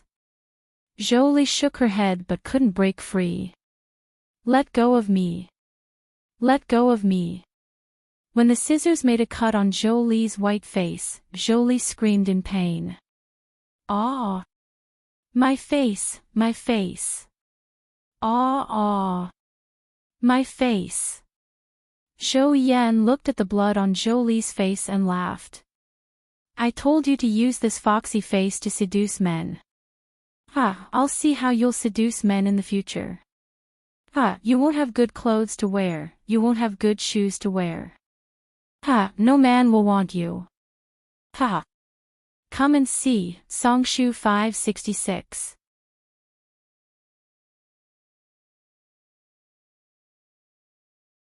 Chapter 681. The coolness of Haiqing in March was fading. The clouds above the moon were thinner than in winter. Yi Er was busy in the kitchen in her slippers and home clothes. Jiang Zhao was sitting at the dining table, waiting for dinner. He held a pile of reports in his hands and looked through them carefully. These were the accounts from the dance studio. He still didn't allow Yi Er to go out during this period. After he was investigated and found out that she had gone out to look for clues, he was so angry that smoke was coming out of his 7 orifices. His family must be crazy to do that, right? However, he felt that she seemed to have grown up a little and restrained a lot. That day when she picked him up, she didn't throw herself into his arms until the elders had left. She hugged him and cried bitterly. She touched him all over and asked, "Ah Zhao, have you eaten? Did they hit you? Did they starve you? Did they scare you? Why do I feel that you've lost a lot of weight?" Her tears were like a broken faucet. Looking at her like that, his heart really broke. She had not suffered any hardships during the investigation, but the question she asked made his heart ache. He pressed his thumb on her eyelids, and there seemed to be a puddle there. When he pressed on it, tears flowed out. You're reading on novel full thanks. You're so silly. I'm not convicting you. It's just a normal interrogation. I've eaten and drunk well. I'm not skinny. I'll weigh myself for you later. Seeing that she was looking up at him in a daze, he hugged her tighter. He leaned down and whispered in her ear, "If you've really lost weight, those 2 kilograms of weight would have been lost when I missed you. You're so annoying. Why are you annoying me again? I just hate you. You hate me, but you're still concerned about whether I've been beaten or starved. I can't wait for you to be beaten and starved. If you're so hungry that you don't have any energy left, you won't say these things." What did I say? Why are you like this now? Did you put honey on your mouth? Did I? I don't know. Try it. Try it and see if there's honey on it. He picked her up and placed her on the long dining table. His tongue entered her mouth, and she kissed him back even more passionately, saying, "I didn't taste it, I didn't taste it." Then let's try it a little longer. I've smeared honey all over my body. Hurry up and try it. He said as he unbuttoned his shirt. As Jiang Zhao thought about it, he laughed out loud. Now, he would help her look at the accounts every night and then watch her work on the solution. The next morning, he would draft the overall work and hand it over to her supervisor. His gaze fell on the report again. When the paper was spread out on the table, the pen in his hand wrote down the number where he had seen it. Then, he wrote down the number on another piece of white paper with a note of doubt. Over this period of time, he realized that Yi Er was not suitable for doing business. She was smart and quick-witted, but she was not ruthless enough. She was also not resolute enough when making decisions. Sometimes, she was afraid of offending others. She always felt that if her attitude towards her subordinates was bad, it would affect their mood. Moreover, she liked to let her emotions affect her decisions. It was easy to mix business and personal matters. To put it nicely, she valued relationships. To put it bluntly, she would not be able to achieve great things. Just like the incident with Jingling. That day, she had wriggled out of his arms and swore that she would never let Jingling off. Jingling had caused her so much trouble. If she did not make Jingling go to jail for the rest of his life, she would always have a knot in her heart. However, on the day that Jingling was arrested, he confessed to what he had done. Yi Er was angry and wanted to see Jingling to clarify things. He accompanied her. That day, Jingling kept his head down and did not look at Yi Er. He only said, "Yi Er, I'm sorry. It's too light of a punishment. Don't come to see me in the future. I don't deserve to be seen by you." Yi Er grabbed his hand tightly and asked Jingling in a trembling voice, "You didn't tell me when you were in trouble. Instead, you wanted to harm Jiang Zhao. Have you ever treated me as a friend?" Jingling kept his head down, but both he and Yi Er could see the tears on Jingling's face dripping down his legs. Jingling's voice was sorrowful. He did not answer Yi Er. He sighed softly and said, "My mother has always said that I'm a good-for-nothing. She was always poor. After my father abandoned her, she became even poorer. She would hit me and scold me. There were many times when I wanted to kill her. Sigh, really, there were many times when I wanted to kill her. If it were anyone else, they would definitely be agitated when talking about killing someone." However, Jingling only sighed and used a regretful tone to describe it. "She scolded me for being a good-for-nothing while sleeping with different men to earn money. Then she told me that she was very lucky at playing cards and that she could send me to an elite school. After I went to an elite school, I would find a rich man and I would never have to live a poor life again." When he and Yi Er heard this, they were both shocked. "She told me to find a rich man while telling me that rich men were not reliable. She told me to find a reliable one and live a good life after marriage. She told me to go to a good school and get to know some powerful and influential people. She would be able to do twice the work with half the effort in the future. She would never be fooled by a playboy. She was very superficial, but she seemed to know everything. She kept lying to me, but there were a few times when I secretly stood outside the door and did not dare to enter the house. I heard her sleeping with another man inside. I hated her to the core. Really, I hated her so much. How could I have such a mother? When you helped me, she treated you like a bodhisattva. I was so happy because she rarely treated my friends so well. You were my best friend. She treated you well and always cooked your favorite dishes. But later on, your family declined. She did not allow me to interact with you, so I secretly interacted with you. When I wanted to help you, she scolded me. I really hated her to the core. How could I have such a mother? God was very unfair to me. When I wanted to repay her kindness, my mother scolded me every time. She said that I was an ingrate. I was already so old, but she still hit me. Even though I worked hard to earn money so that she could live a good life, she still called me an ingrate. She was very rude. I always scolded her viciously, saying that it was because of her that my father did not want her. Sigh, I hated her, but I also wanted to kill her. Really, sometimes I had forced delusions. I thought that she would suddenly die in a car accident. But when others told me to cut off her arms and legs, I felt that my sky was falling. I felt that I was so cheap. I hated her to the core, but I still wanted to save her. I sold the studio and the house. At first, I even hid it from Lu Qing, saying that I wanted to buy equipment. I cheated Lu Qing of his savings, but I did not have enough money. Lu Qing wanted me to call the police. I did not dare, I really did not dare. I did not dare to imagine how a person like my mother, such a rude and superficial person, would scold people with her hands on her hips. If she lost her limbs, what would she become? Even if she wanted to hit me, it would be impossible. Lu Qing persuaded me the whole night, but it was no use. He said that in a legal society, we had to call the police. But I could not take the risk. I thought about how I stood outside the door when I was young and listened to her negotiate with other men in the room. After a while, she would give me a large sum of money to pay for my school fees, saying that she had good luck. I thought about it and wanted to just cut off my arms and legs and give them to them. She really did not have a good life.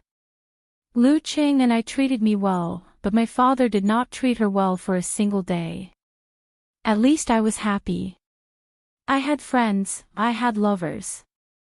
Yuan Shichang's condition was for me to send the fruit basket to your house. I knew that Jiang Zhao would lose his job, and I knew that you would be in pain. When you told me that day about your and Jiang Zhao's wedding photos, I knew that you would be in pain, but I still did it. Later on, Xingling did not speak. During this process, she did not sniff or wipe away her tears. She just let the liquid fall on her legs. In this way, her voice was always flat, but later on, the nasal sound became heavier and heavier. He did not see Xingling's eyes, but he saw Yi Er's eyes. That pair of eyes that swore to skin Xingling alive slowly lost their hatred. Xingling was coerced into committing a crime, but because it involved the framing of a government official, 5 years was not a long time. But Yi Er said that she did not want to appeal. She even tried to persuade him. She said that people had to learn to forgive. Only by forgiving could they let go. Only by letting go would they not be in pain. She said that they should not be calculative in life. They should just live well in the future. How could he not know that her fallacious reasoning came from somewhere else? If it was an Ouyang Yen, if someone she did not have feelings for really harmed her, she probably would not forgive him even if he slashed her face with a knife. She was a double standard. A woman like her could not do business at all. She valued relationships too much and was too easily moved. Actually, it was all so good. She valued relationships and did not want to do big things. It was his fortune to be his wife. Yi-er was wearing an apron and was still humming in the kitchen. He dipped his chopsticks into the soup and put them in his mouth. He smacked and looked at the soup pot proudly and gave it a thumbs up. He could imagine how delicious this soup was. He put down the pen in his hand, got up, and walked over to open the glass door of the kitchen. He hugged her from behind, bent his back, and rested his head on her shoulder. He stretched his neck and sniffed the smoke coming from the pot. "Honey, it smells so good. I'm hungry just by smelling it. Let's simmer for another half an hour. After that, we'll eat. I'll go and prepare some vegetables and stir-fry some vegetables." Yi-er dragged a burly man behind him to the sink. As he prepared the spinach, he threw it into a small basin in the sink. However, Jiang Zhao put his hand under her clothes and pressed his thin lips against her neck. His warm breath spilled all over. "I'll watch you prepare it." From her waist to her breasts, the man's hands were everywhere. "Really? Hey, how am I going to prepare it if you're like this? Quickly stop and wait outside. You do yours, and I'll do mine. It's just a division of labor." "Aw." Yi-er tilted his head. "Division of labor? I'm cooking and you're molesting me. You have the nerve to call this division of labor. Don't turn around. We're by the window. What if the other party sees us?" Jiang Zhao, the man's fingers were all ready. His face was extremely red. Beauty novel, Xinwu 799.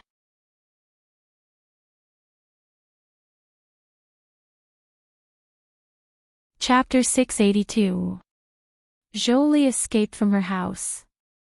Her heart was swallowed by endless fear. She felt that there were people all around her, and they were all holding large scissors to cut her face.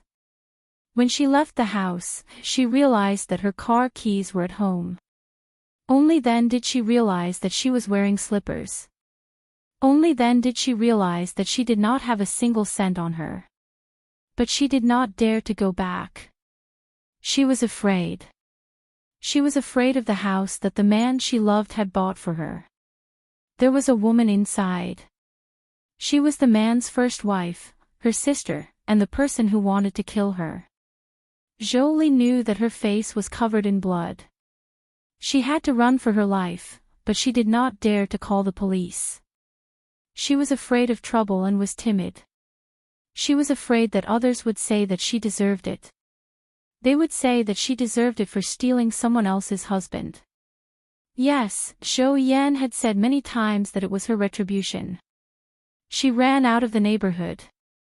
There were a few taxis waiting for passengers outside the neighborhood. The green lights on the roof made people excited. Jolie ran over and opened the door of the back seat.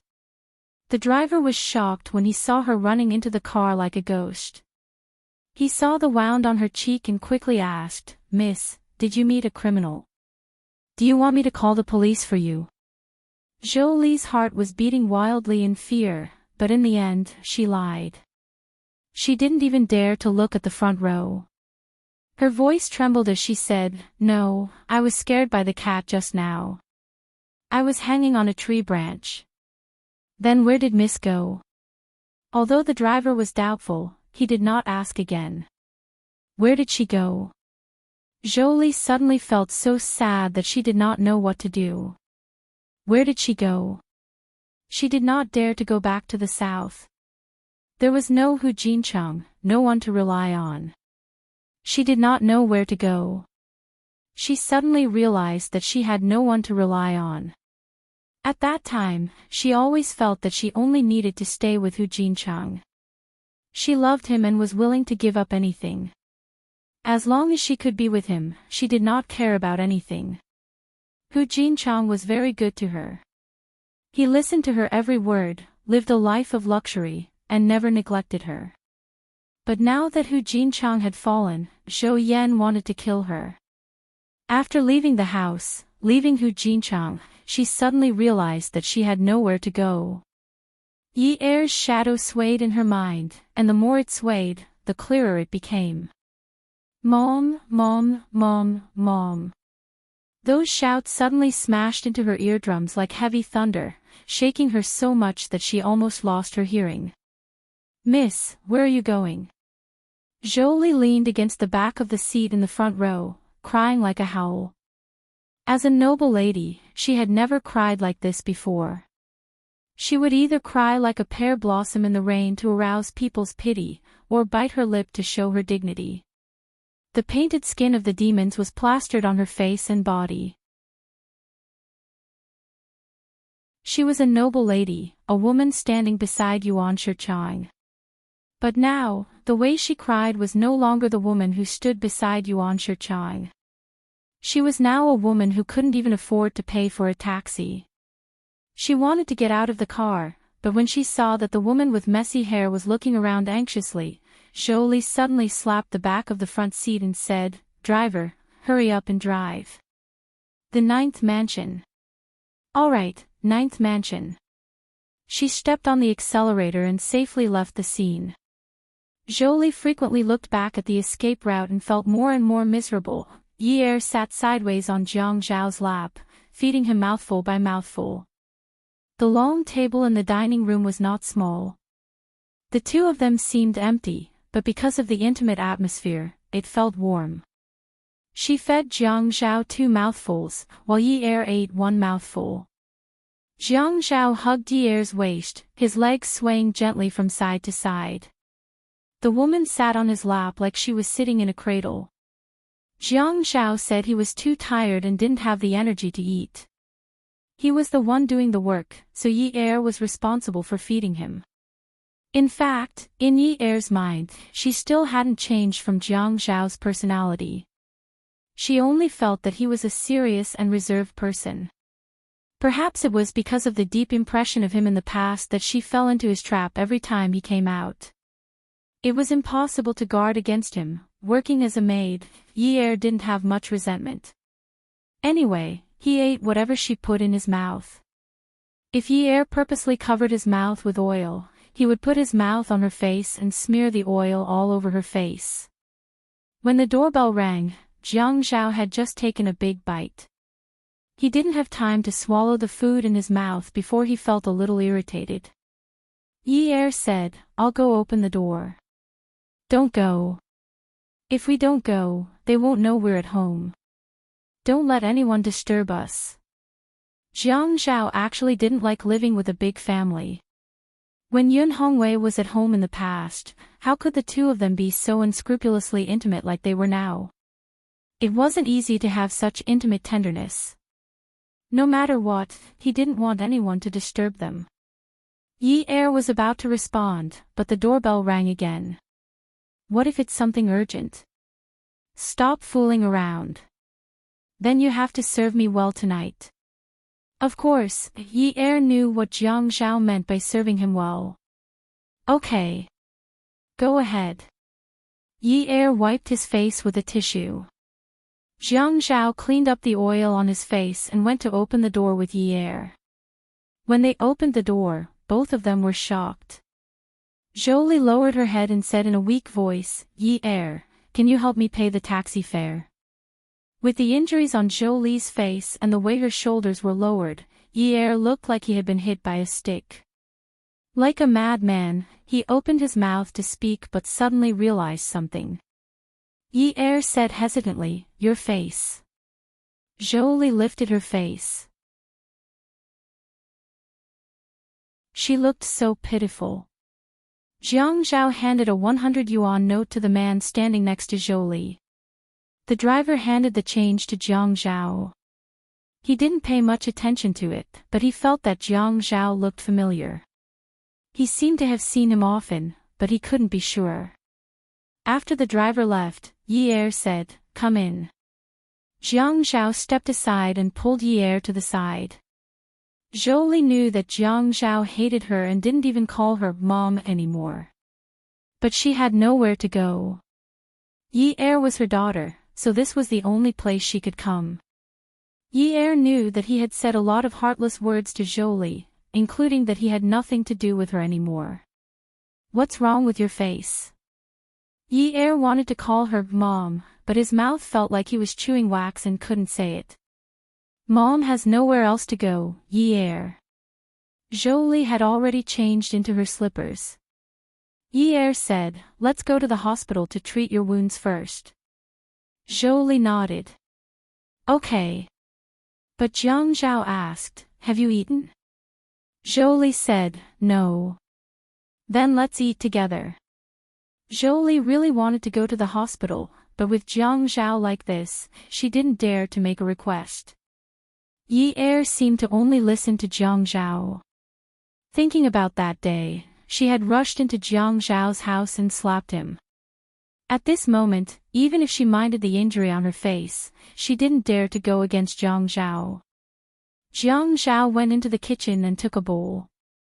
He turned on the rice cooker and filled Jolie's bowl with rice. He handed it to her and tried to make his tone as gentle as possible.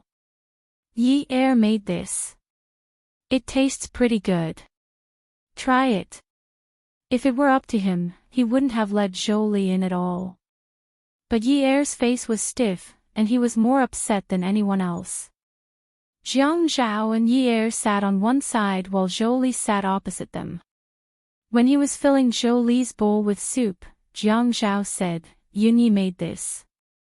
It tastes pretty good. She took a long time to boil the soup. During this period of spring, she was afraid that I would get angry, so she put a luohan fruit in it. There weren't many dishes. For Yi and Jiang Zhao, it was just a pot of soup with a meat dish and a vegetable dish. Usually, the two of them wouldn't be able to finish it, but it was just enough for Jolie. Attention, Hongcha 866.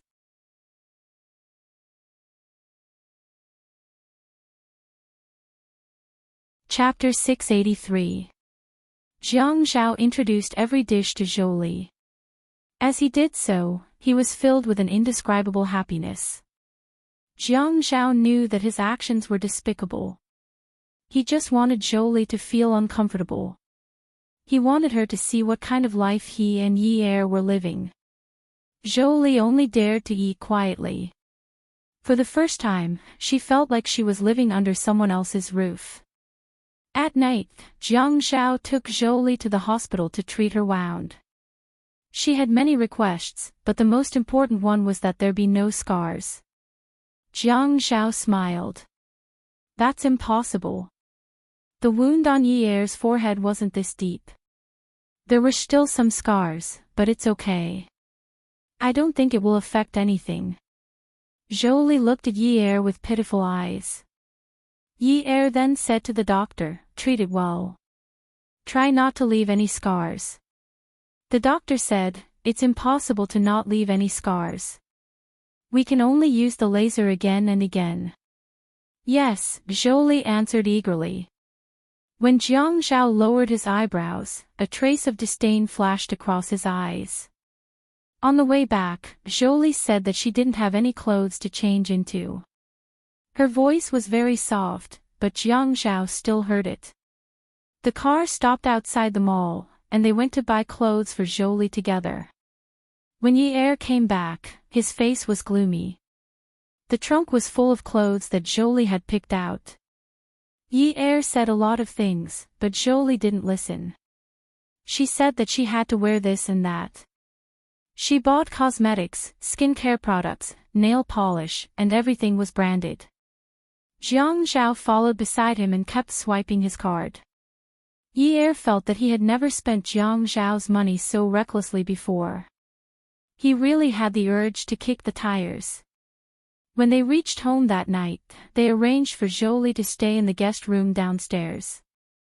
Jiang Zhao was sullen after he went upstairs. To him, it was too disappointing.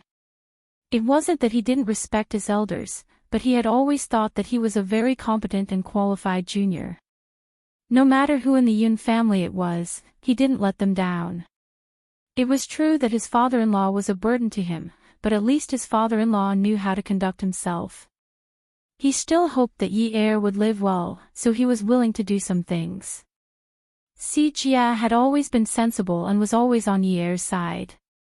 Jolie. He couldn't figure out why he couldn't scold that woman. He wanted to scold her, but it definitely wasn't because of the money she spent today. Yi Er followed behind Jiang Zhao the whole time. She took his clothes and went to the bathroom to adjust the water temperature for him to take a bath. After taking a bath, Jiang Zhao was still unhappy, so he went to bed. Yi Er glanced at her and took her pajamas to take a shower. As the warm water splashed against his body, Yi Er saw the white mist rising around him. He was lost in thought. Find a stick to stand on. Everyone could tell that Jiang Zhao was unhappy today. He was unhappy all the way home, and the reason for his unhappiness was his mother, Jolie. Although she didn't have the ability to see through Jiang Zhao completely, at the very least, he was a person who treated his family very well. Whether it was the Jiang family, the Qin family, or the Yun family, as long as they were his family, he would do his best. But she could understand why he didn't like Jolie. Jiang Zhao felt a gust of cold air behind him. Then the woman's slender hands and soft body wrapped around him and pressed against him. Hubby, Yi Er called out in a low voice. Jiang Zhao turned around and hugged Yi Er. Why are you calling me so sweetly? Yeah, didn't you say that I would serve you well tonight? I'm fragrant after a bath. I'm here to let you do whatever you want to me, Yi Er said as she pretended to lower her head shyly. Look at her like this, really, but he liked it. He reached out and sucked her mouth. He kissed her more forcefully and rubbed her harder. Unlike today in the kitchen, the bed was a good place for him to do whatever he wanted. You only know how to seduce me for no reason. Yeah, you said that I'm a little fox.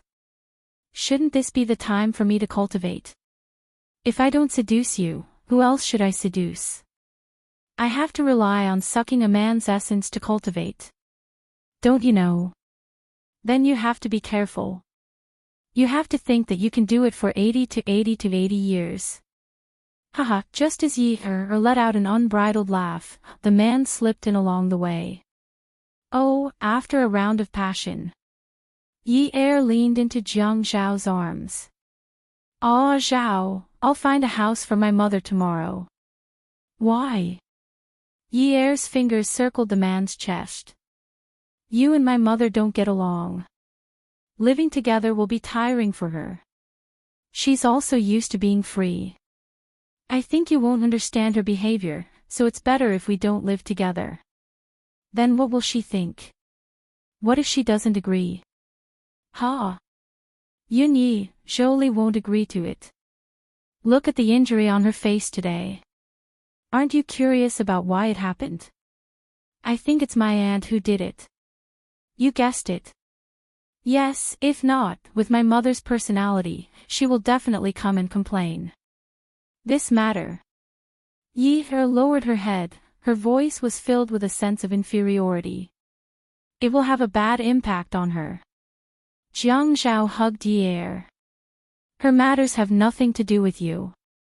You don't have to feel burdened. It's not good, you know. Don't always feel that you can't hold your head high in front of me because of her matters. If I care about those things, can we be together? Take it easy. Yeah, I'll go look for a house tomorrow. If you're unhappy every day, it'll affect your work. Let's ask for her opinion first. It's good that we don't live together, but if she doesn't agree, she's your mother after all. Although she's heartless to you, legally, we have the obligation to support her. Actually, Jiang Zhao's words were the most heartless. Even if the matter was in the past, his mother's heartlessness to him would still make his chest feel stuffy and short of breath when it was mentioned. He nodded and agreed with Jiang Zhao's opinion. The next morning, Yi Er hung up the clothes that Jiang Zhao had ironed last night so that Jiang Zhao could wear them after his morning exercise and shower. The two of them each ran a treadmill. Yi Er was already used to being forced by Jiang Zhao to exercise with him every day. Since resistance was futile, he could only comply. The two of them showered and went downstairs.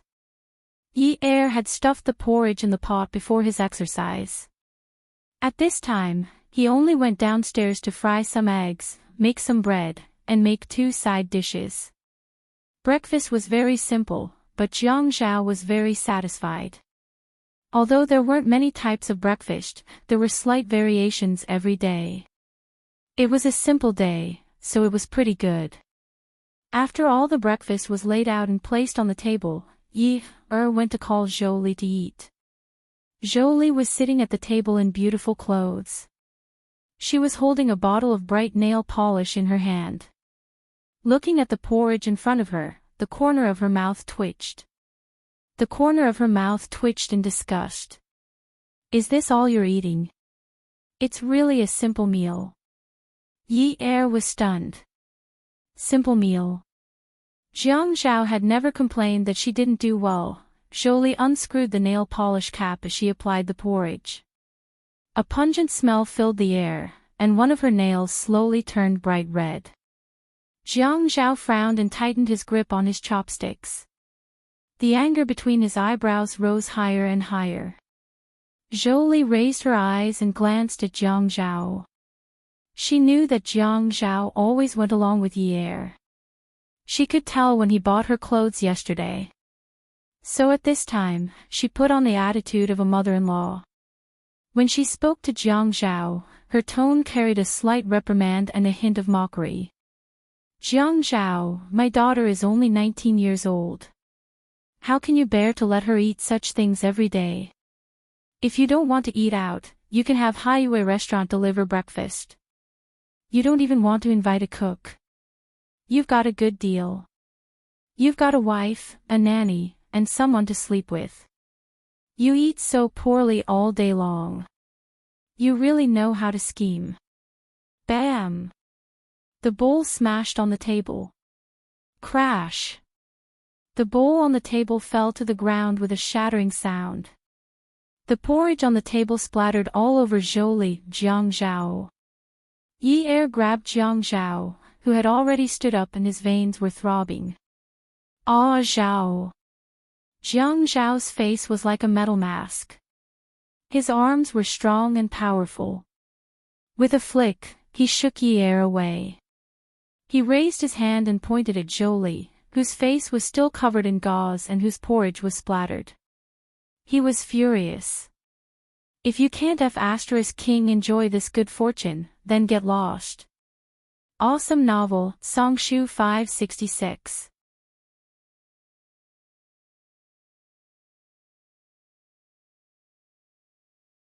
Chapter 684.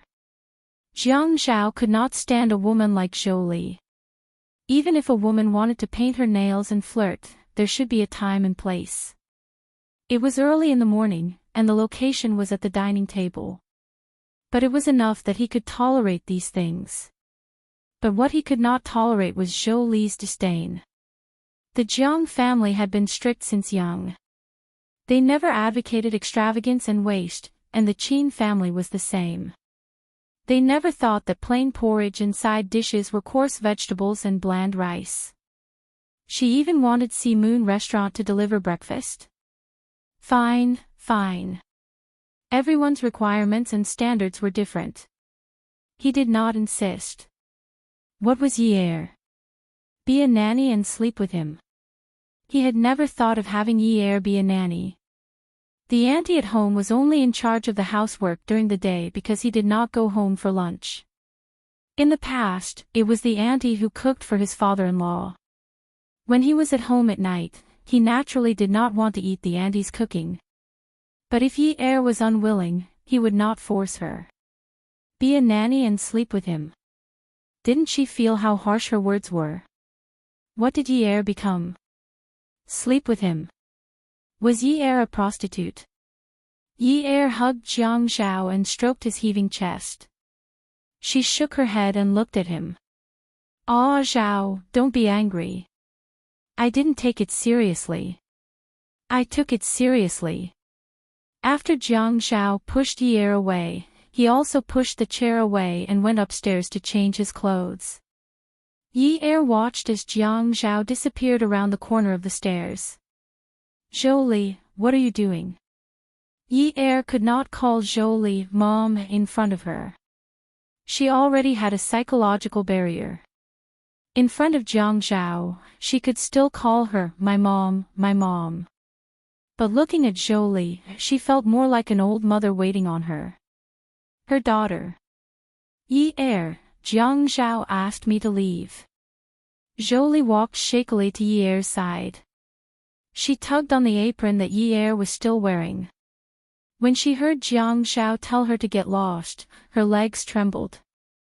She didn't dare to leave. She didn't want to leave. She was afraid that she would meet Zhou Yan as soon as she went out. No one dared to come to Jiang Zhao's house to take her away. She couldn't leave this protective umbrella. All right, I'll look for a house for you during the day. Yi Er took a towel from the kitchen and wiped the porridge off the table. Then she went to the balcony to get a cloth to clean up the porridge. Zhou was afraid of brushing her own feet, so she took a few steps back and said fearfully, Yi Er, I'm not leaving. I want to stay with you guys. How are Jiang Zhao and I going to live with you if you live with us like this? Zhou looked at Yi Er's indifference and felt her heart clench. In the past, Yi Er always hoped that the family could be together, but now she wanted to chase her away. As for Yi Er, the blood relationship between mother and daughter could not be severed. No matter how detestable other people thought Zhou was, it could not change the fact that Zhou was her mother. There was a feeling that was hard to understand called empathy. But at this moment, she could feel Jingling's pain. She also responded to her mother. At that time, Jingling cried and said, Yi Er, do you know? I hate her to death. How can I have such a mother? I wanted to kill her several times, but... Yi Er lowered her head and wiped the floor. She gritted her teeth and thought angrily, how can I have such a mother? Yi Er, don't let mommy leave. Mommy has nowhere to go. Zhou Yan, I know you're afraid of hardship. I'll find you a neighborhood with a good environment and hire a cleaner for you. I can still take care of you now. Don't worry, I'll try my best to not let you suffer. But something like last night's shopping spree, I won't let it happen again. Yi Er raised her head and looked resolutely at Zhou, who had been standing far away from her. She threw the rag on the floor and stood up. Her hands were a little dirty and wet, so she wiped them on her apron and said seriously, ever since the Yun family fell, I've always split my money into two. Sometimes, I wish I could split it into 3 or 4. You can say that I'm useless and can't enjoy life, but I've never spent Jiang Zhao's money like that before. Whether he has money or not is one thing. So what if he has money? No one's money comes from nothing. Every penny he earns is hard work. If I can bear the family expenses, I won't have any objections if you want to buy those luxury items. But my dance studio has only been open for a few months. It's not like you don't know that. Do the math yourself. Last night, you alone spent more than 3 million yuan. Do you know how big of a sum 3 million yuan is? Do you need to buy so many clothes that cost 200,000 to 300,000 each? Do you think Jiang Zhao is a sucker? I can't buy more than 3 million worth of clothes and cosmetics in a year.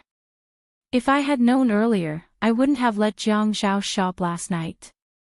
If I had only wanted to go with you, I wouldn't have bought those clothes for you.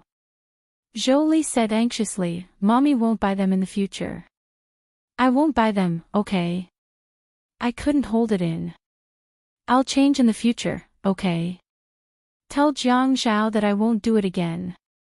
Yi Er brushed away Zhou hand that was tugging on her apron. Jiang Zhao doesn't care about your spending. I'm the one who cares about money. Your lifestyle and habits don't match his. If you live together, this kind of thing will definitely happen again. Don't you think what you said just now was unpleasant? What do you take me for? That's what Jiang Zhao cares about. Do you know that? Yi Er, I just don't want you to have a hard time. My breakfast is. Upon hearing Zhou Li's pitiful tone, Yi Er recalled the day her father was hospitalized. She sneered, your breakfast is all sent by highway restaurant, right? In the past, at the Yun family, it was specially prepared by a Guangdong chef every day, right? That's how my father and Yuan Shichang treat you well, but that's not how Jiang Zhao and I live. He and I both like the way we live now, but you look down on it. If you really have a problem with breakfast, can't you tell me in private? Don't you know that I made breakfast? Jiang Zhao is treating me well now, so he's angry at you. Have you ever thought about what would happen if he doesn't treat me well and you ruined your own daughter's breakfast in front of your son-in-law? And is this kind of breakfast really that unbearable? Dad, Sijie, and the rest all said it was very good. Yi Er's voice became a little hazy with uncertainty. After hearing Zhou Li's words, she couldn't help but wonder if her family's praise of her cooking was false. What about Jiang Zhao? Could it be the same? At this moment, she felt a warmth on her back. Jiang Zhao had already changed into his suit. He hugged her from behind and put his mouth next to Yi Er's ear as if there was no one else around. I'm going to work. Go and do what we talked about last night. He pecked her cheek. Breakfast was delicious. I liked it a lot. Don't think too much. Yi Er's heart instantly warmed. After Jiang Zhao finished speaking, he didn't look at Zhou Li and sat down again. He picked up the bowl of porridge that Yi Er had just eaten and started eating with big bites along with the side dishes. After he finished eating the egg, he wrapped a piece of bread with side dishes and put it in his mouth to eat with big bites. This was the way he liked to eat carelessly. When they ate outside, Jiang Zhao would always be gentlemanly and elegantly savoring the food without leaving any crumbs at the corners of his mouth. But when he ate Yi Er's food at home, he always liked to eat with big bites. The way he ate showed how he liked it. Zhou Li watched as Jiang Zhao ate his breakfast in satisfaction and didn't dare to lean against the table. She felt that even though Jiang Zhao and Yi Er had laughed before, when they sat down to eat, there was a terrifying aura that kept people away. Jiang Zhao didn't call Yi Er to eat. He finished a few mouthfuls and went to work. No matter what Zhou Li promised Yi Er was determined to find a new house for Zhou Li. This was something she had decided on last night. Zhou Li was her mother. No matter how hateful she was, this blood relationship could not be severed. It was impossible to sever it. Jiang Zhao said that they had an obligation to support her. In fact, he was already very kind. What Zhou Li and Yuan Shichang did almost caused Jiang Zhao to never be able to recover. If Zhou Li had the slightest bit of conscience, she would have come to inform her. But she didn't. She couldn't ignore it. She couldn't force Jiang Zhao to live under the same roof as someone who wanted to harm her. Moreover, the hospital said that her father's condition had improved and that he was about to be discharged. If Zhou Li said something she shouldn't, her father wouldn't be able to withstand the slightest provocation. Jiang Zhao returned to the building. The secretary had been changed. Her name was Li Ran. She was the secretary of the deputy director of the city's public security bureau. This was considered skipping a grade. Li Ran had worked in the public security bureau for a long time. When she did things, she always had the mindset of a public security bureau detective. The things she did were very interesting. The reports she wrote also had the flavor of investigation and counter-investigation. Jiang Zhao felt that this young man would probably have to return to the Public Security Bureau to be an officer in the future. Otherwise, he would feel like a hero with no place to use his talents. Shen Kai sat on the sofa and drank the coffee made by Li Ran. However, he complained about Li Ran unkindly. Jiang Zhao, your current secretary really doesn't know the ways of the world at all. Really, I'm still a member of the Examination Institute, right? Even if I'm a Luo, I'm the only one who can investigate other people. No one else can investigate me. How dare he interrogate me? But I'm still not a Luo. I'm the biggest Luo in the procuratorate. Jiang Zhao was sitting opposite Shen Kai. He was fiddling with the tea set and brewing tea. When he heard Shen Kai was angered by Li Ran, he laughed. It's all because of Luo. Yes. It's still Luo. You're amazing. You're not Luo. You're just a mayor. Jiang Zhao raised his eyebrows and said provocatively. That's right. I have a higher rank than you. What should I do? Shen Kai was a loafer. Even in the mayor's office, he was still a loafer. Of course, the premise was that the mayor's secretary was not present, and the door was closed. Sometimes, a hooligan's words were like a robbery. It's good that you don't know what to do. Since you have a higher rank, then why don't you do something? What's in it for me? No matter if it was Jiang Zhao, Zhuang Yichen, or Shen Kai, or anyone else in this circle, they would not forget to add on. What's in it for me? No one is willing to help others if there is no equivalent exchange of benefits. This is the unspoken rule in this circle. Of course. I don't think I'm such an unscrupulous person. The smile on Jiang Zhao's face and eyebrows was faintly discernible. Let's talk about the benefits first. Robber. Ha. You're a hooligan. What qualifications do you have to call me a robber? Fine. I received a report from the front line. Ouyang Xing had used his personal connections to approve a 200 million loan to Ouyang Xing.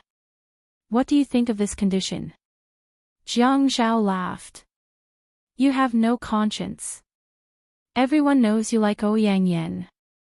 Shen Kai slanted his lips and gave a mischievous smile. Didn't you like her too? What did the movie say? Who hasn't liked two scumbags in their lifetime? Pfft. Jiang Zhao laughed and spat. If there's a scumbag, it's you. Haiqing's #1 hooligan. You have the nerve to call others scumbags. Jiang Zhao felt that although Shen Kai looked like a simple-minded hooligan, he was actually very clear about his own interests. When it came to women, it was true that he liked them, but he would put his own interests first. It seemed that he had never given up his own interests for the Ouyang Yan. If such a man was placed in ancient times, he would be the material of an emperor, right? He was heartless. But to say that Shen Kai was heartless, Jiang Zhao shook his head. What Shen Kai said next must have something to do with the Shen family. Sure enough, Shen Kai drank his coffee and leaned back. I heard that Grandfather Qin recently found a family for Fei Yu. They plan to have a marriage alliance with Ji City's Pei family. Is that right? That's fast news. They've only been talking about this for a few days. Since the Qin family and the Pei family are going to be in-laws, things are easier to talk about. Oh. Yesterday, Shen Xian was playing in Ji City and beat up the young master of the Pei family. Sigh, in Haiqing, the Shen family is also one of the top families. Shen Kai was annoyed. He wanted to light a cigarette, but after thinking about it, he gave up. Jiang Zhao nodded. Indeed, the Shen family was definitely one of the top families in Haiqing. Shen Xian, this girl, had become more and more troublesome in the past 2 years. She had the title of Haiqing's #1 beauty, but she didn't look like a well-bred young lady at all. No wonder a hooligan like Shen Kai was frowning so much. Shen Kai sighed. Now that the Pei family has detained her, it would be fine if she was in Haiqing. But in Ji City, the strong dragon can't suppress the local snake. My family's old master is so angry that he's about to vomit blood. Jiang Zhao looked at Shinkai's melancholy expression. He really couldn't relate this to Shinkai. Jiang Zhao's tea was already boiling. He smiled as he poured water into the teapot to wash the tea set. Are you still afraid that the Pei family will do anything to Shin Xian? The Pei family also knows the Shin family's status in Haiqing. They definitely won't do anything rash. Look at how anxious you are. Don't worry, they probably just want Xian to admit her mistake and apologize or something. Shinkai rolled his eyes at Jiang Zhao. That's why people say that acne is the least worrisome when it's on someone else's face. If Fei Yu was detained today, I'll see if you can still smile. Jiang Zhao shook his head. Our Fei Yu has never hit anyone, so this kind of thing won't happen to Fei Yu. See, you always think that your sister is the best, right? Hearing you say this, I really want to beat you up. How about this, I'll immediately get Grandpa to contact the Pei family and bring Xian back. But I'll add one more condition. How about it? When Jiang Zhao spoke, it was as if he was brewing tea on the tea table, neither hurried nor slow. But when he looked at Shinkai's gaze and smile, it was as if there was a needle hidden in the silk floss. Sigh. Shinkai looked straight into Jiang Zhao's eyes and suddenly shook his head. Jiang Zhao, I'll tell you this now. If you can help me this time, as long as it's within my ability, I won't even frown. Come and see. Xinwu 799.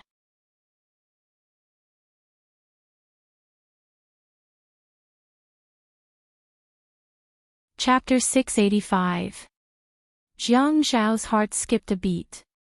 He felt that the situation was not as simple as it seemed. Is it that serious? Shinkai heaved a sigh of relief. His brows furrowed tightly as he said solemnly, last night, Shin Xian was playing with her friends at a nightclub in Ji City. She had too much to drink and tried to hit him with a bottle. She hit the back of his head and he fainted. His condition is very serious now. Send someone to find out if he can leave the ICU. It's unknown. There's a 90% chance that he will become a vegetable. Oh my God. Jiang Zhao frowned as well. No wonder Shinkai looked like this. Something that could make this loafer so serious was indeed not a small matter. What's wrong with little Xian now? She dares to cause trouble everywhere. Shinkai couldn't drink any more coffee. He placed the cup on the coffee table and said angrily, it's all because she didn't want to marry into the Han family. She wanted to ruin her reputation. Now she's causing trouble in City Ji. She's so far away from the emperor. Jiang Zhao couldn't continue brewing his tea anymore. He leaned back. This matter wasn't something that anyone could interfere in. No wonder. If she had really hit one person, the two big families would not have made things ugly. They would have just apologized and the matter would have been settled. However, she had hurt him to this extent. Ji City was located in the south. It was as famous as the Jiang family in the east. It was a rich family that no one dared to offend. Shin Xian had beaten young Master Pei into a vegetable. The Pei family would not let this matter rest. This was no longer a matter of how high the heavens were and how far the earth was. Did the Pei family reveal how they are going to deal with this matter? At this time, Jiang Zhao no longer dared to rashly raise any conditions. Some businesses really couldn't be accepted just because he said so. At this time, Shinkai finally couldn't take it anymore. He took out a cigarette, picked it up and showed it to Jiang Zhao. There was an ashtray and a lighter on Jiang Zhao's coffee table. He pointed at the lighter. Shinkai took the lighter, lit the cigarette, took a puff, and exhaled the smoke. He gritted his teeth and said, with such a serious injury, I'm afraid my little bastard will have to go to jail. Jiang Zhao repeated in a deep voice, jail. Yes, the Pei family doesn't agree to reconcile. Our old master has never lowered his head to anyone in his life. This time, he tried his best to put in a good word, but they didn't give him any face. But then again, if there's anyone to blame, it's that little rascal's fault for being too good at causing trouble. No matter who it is, it's impossible for them to just let it go, right? Jiang Zhao nodded. That's right.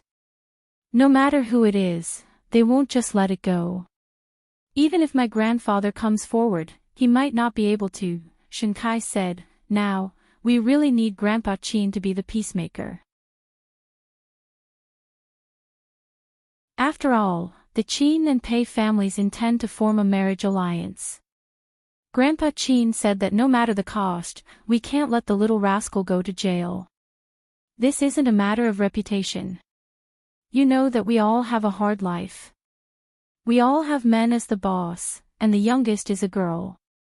Jiang Zhao teased, are you saying that Grandpa Shen is biased? That's not it. I naturally dote on that little rascal as well. Although I'm angry at her for this matter, it's already happened. What else can we do? Also, the incident at the nightclub can't be blamed entirely on that little rascal. Everyone should be at fault at the start. Sigh, the more I talk about this, the more I feel like I'm trying to make excuses for that girl.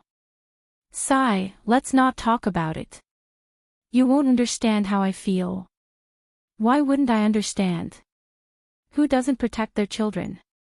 Who doesn't want to defend their children when something happens to them? No one is a saint, isn't that right? How can my grandfather be the peacemaker? Shen Kai didn't speak for a long time until he finished his cigarette. You know that Shen Xian has an engagement with the Han family. It's not very good for us to take the initiative to break off the engagement. I want Grandpa Qin to come forward and mediate the situation. Now that Xian is in trouble, isn't it better to have the Han family to back her up? Breaking off the engagement at this juncture. Jiang Zhao had just finished speaking when he saw Shen Kai's eyes turn red for the first time. Shen Kai raised his head and looked. He looked up. He calmed himself down and looked at Jiang Zhao again. Old master means that as long as that little rascal doesn't go to jail, we'll think of a solution in the future. There's a 90% chance that Boss Pei will be in a vegetative state now, but, Shen Kai pressed the cigarette in his hand heavily into the ashtray and rolled it repeatedly with unusual force. A little cigarette but was enough to make his joints turn white. His hand and lips were trembling, but he didn't look at Jiang Zhao. Old master said to negotiate with the Pei family for that little rascal to marry over. Even if Boss Pei is in a vegetative state for the rest of his life, the little rascal will take care of him for the rest of his life and give him 100 billion dowry. Jiang Zhao was shocked by Shen Kai's words. Shen Kai continued, the Pei family is in a fit of anger now. Old master is worried that they won't agree to a reconciliation even if that's the case. He's so anxious that he can't get out of bed. So, he sent me to talk to Grandpa Qin. I thought about it, and since we're of the same generation, I decided to sort this out with you first. I'm also in a mess now. After all, I don't know Grandpa Qin's temper. Do you think the Qin family can help with this matter? The old master can't even catch his breath now. If that little rascal goes to jail, I'm afraid the old master will have to hand it over to us. You know, my uncles and my father have 2 or 3 children in our family. Unfortunately, Shen Xian is the only one left. The old master can't bear to. Shen Kai's sincerity was hard to come by. This touched Jiang Zhao very much. He gritted his teeth as he called Shen Kai a little rascal. But the emotion and tone of his voice were all love that he wished he could protect under his wings. Shen Kai was right. Acne on other people's faces was the least worrisome. If this matter happened to Feiyu, it would worry the family to death. Grandfather would definitely be so angry that he couldn't get out of bed. I'll discuss it with grandfather. I really don't dare to ask for your benefits now. I'll give you an answer tonight. Hearing Jiang Zhao's words, Shen Kai pushed his luck. Let's do it in the afternoon. Don't do it tonight. You wait until night. How can my days pass by so quickly? Okay. I'll call my grandfather immediately. But I can't promise you anything. I can only do my best. Shen Kai stared at Jiang Zhao and slowly said solemnly, Jiang Zhao, if the Qin family can help resolve my sister's matter, Shen Kai will treat you as a real brother. If you need my help in the future, don't hesitate to tell me. I, Shen Kai, will not hesitate. Jiang Zhao was stunned. Then he slapped his thigh and said straightforwardly, okay. Yi Er's efficiency in finding a house was due to the fact that she had commissioned an agent. She had stated her requirements. Exquisite renovations, 40 to 60 square meters, 1 or 2 rooms were fine. Jolie complained that the apartment was too small. Yi Er was furious. Madame Zhou, an exquisitely renovated 40 square meter elevator apartment would cost 2,000 yuan in Haiqing. 60 square meter apartment would cost nearly 3,200 yuan. What more do you want? You live in such a big house. Can't you even let me stay in one? Yi Er controlled her temper. The more Jolie acted like this, the more she felt that renting a house was the right thing to do. If she lived with Jiang Zhao like this, Jiang Zhao would definitely be so disgusted that he wouldn't want to go home. The house I rented for you isn't bad. You can have whatever you want. It has furniture and appliances. The renovations aren't bad either. The houses I found for you are all renovated by landlords for you to live in. Others have lived in those houses before. You allow your father to live in 9th mansion, but you don't allow me to live there. Didn't you say that you wanted Si Jia and I would live with Dad? Isn't it natural for Dad to live with me? Then do you want Si Jia now? You can take care of Si Jia. You'll be responsible for his living expenses, school fees, and transportation. Jolie was immediately dumbfounded. I think I'll live alone. I don't have the ability to take care of Si Jia. Yi Er resisted the urge to scold her and turned to follow the agent. In the morning, Jolie's housing problem was quickly solved and she hired a cleaner to clean the house. Jolie was penniless. She lowered her head and said, Yi Er, Mom doesn't have money with her. Yi Er went to the rental house to get some cash. She knew that Jolie was a spendthrift. She had about 3,000 yuan left in her bag and gave it all to Jolie. Although the rent here is expensive, the surroundings are complete. There's a big supermarket at the intersection. You can buy some groceries to cook at home every day. Don't eat out all the time. It's expensive and unhygienic. I'll give you 3,000 yuan for living expenses every month. You can spend it sparingly. Jolie looked up in shock. 3,000 yuan. How can 3,000 yuan be enough? God! How am I supposed to live on 3,000 yuan? Yi Er really felt like crying. She hadn't called her mom for a long time. But now, she called her mom with dissatisfaction. I used to live in an old house with Si Jia for more than 8 years. We only spent about 600 yuan a month on groceries. And I spent so much because I had to give Si Jia more food every week when he came back. I usually buy 50 yuan worth of groceries and put them in the fridge for a week. Now, I'm letting you live in an apartment with an elevator. I'll pay for the rent and utilities. 3,000 yuan a month. How is that not enough?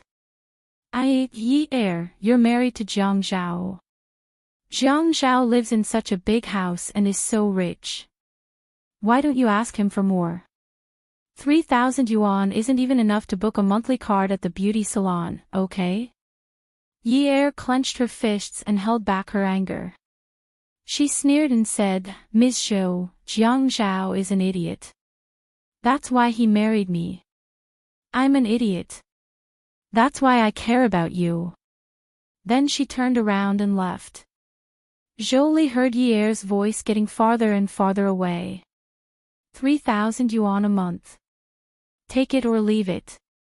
If you don't want it, I won't send you any money next month. You have to figure it out yourself. Awesome novel. Shinwu 7.99.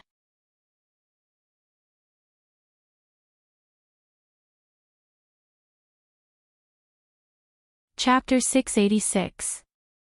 Jolie chased after Ye'er anxiously. Ye'er, don't treat Mom like this. After Ye'er was pulled, she turned around and sighed with her shoulders slumped. You also said that you're my mother. If it weren't for this gauze on your face, who would say that you look like my mother? You look just a few years older than me. Sometimes, I really want to say some hurtful words to you, but I can't. I hate that I've inherited Dad's genes in my blood. If only I had inherited your cold-blooded and heartless genes. Jolie slowly let go of Ye'er's hand. Ye'er, you said that Mom is cold-blooded. Isn't that so? Ye'er pursed his lips. Other than Yuan Shichang, who do you have feelings for? My father. You don't, right? Me. You don't either. If you have feelings for Sijie, why are you saying that you don't want him anymore? You're afraid that he'll drag you down, right? Other than your own comfort, who else have you thought about? Do you think that it's only right that Yuan Shichang protect you? Do you think that he should protect you since you've been with him for so many years? Mom, putting aside the matter of Jiang Zhao and Yuan Shichang, I think that Yuan Shichang is more humane than you.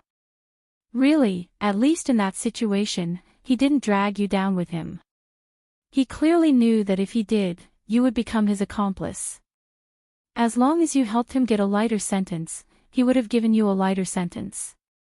Gently, but he didn't do it, but you touch. But tell me honestly, have you ever been touched? Have you ever been touched from the bottom of your heart? Ye'er left with a hint of disdain. Jolie returned to her room with the 3,000 yuan that Ye'er had given her. She suddenly didn't know what to do. Whether it was with Yun Hongwei or Yuan Shichang, she had never been so tight on money as she was now. What could she do with 3,000 yuan? Ye'er said that she used to spend 600 yuan on groceries in the past, and that was only when Yuan Shichang was at home on weekends. And when she went out to eat with Yuan Shichang, she had to eat a steak that cost 2,000 yuan each. A cocktail made by a high-class bartender cost 700 to 800 yuan, not to mention an expensive glass of red wine, booking the entire theater for a movie. Ye'er said that her clothes and cosmetics cost less than 3 million yuan a year. However, if one day she wanted to shop, not to mention 3 million, if she bought jewelry, it would be more than 10 million. Yuan Shichang always said that he would buy her all the stars. As long as someone was willing to sell her, only the best things in the world were worthy of her. Yun Hongwei had also said this before. Touching the gauze on his face, how should he go on in the future? Jiang Zhao told Qin Rongfang about the Shen family over the phone. Originally, he planned to go back to the house to talk about it in detail at noon, but Qin Rongfang said that it was not good to go home during working hours, so he went to the building to find him. When Shen Kai heard that Qin Rongfang was coming over, he did not leave and kept waiting. Qin Rongfang was led into Jiang Zhao's office by Li Ran. Shen Kai bowed to Qin Rongfang politely. Grandpa Qin, sorry to disturb you. Qin Rongfang patted Shen Kai's shoulder. Kai Zi, this child is getting more and more pleasing to the eye, ha. Grandpa Qin, you're too kind. You've grown up. Ha, this kid has a sense of humor. I like him. Li Ran asked Qin Rongfang what kind of tea he would like to drink, and Qin Rongfang said that Jiang Zhao knows how to brew tea. Shen Kai said unhappily. Li Ran, why didn't you check the household register? Li Ran. Li Ran looked at his watch and did not beat around the bush. Mr. Shin, the office and the building closes at 11:30 p.m. Those who look for Mayor Jiang at this time are all private matters, and it's not convenient for the secretary to ask. Jiang Zhao and Qin Rongfang both burst into laughter. Shin Kai was not in a good mood, but he only scolded him. Idiot! After the three of them sat down, Qin Rongfang went straight to the point. Kai Zi, that brat Xian really beat Boss Pei until he is in a vegetative state. Why didn't I hear old Pei mention this? It should be because everyone is rushing to the hospital. How can they be in the mood to talk about it? Shin Kai actually understood why the Pei family wanted to detain Qin Rongfang.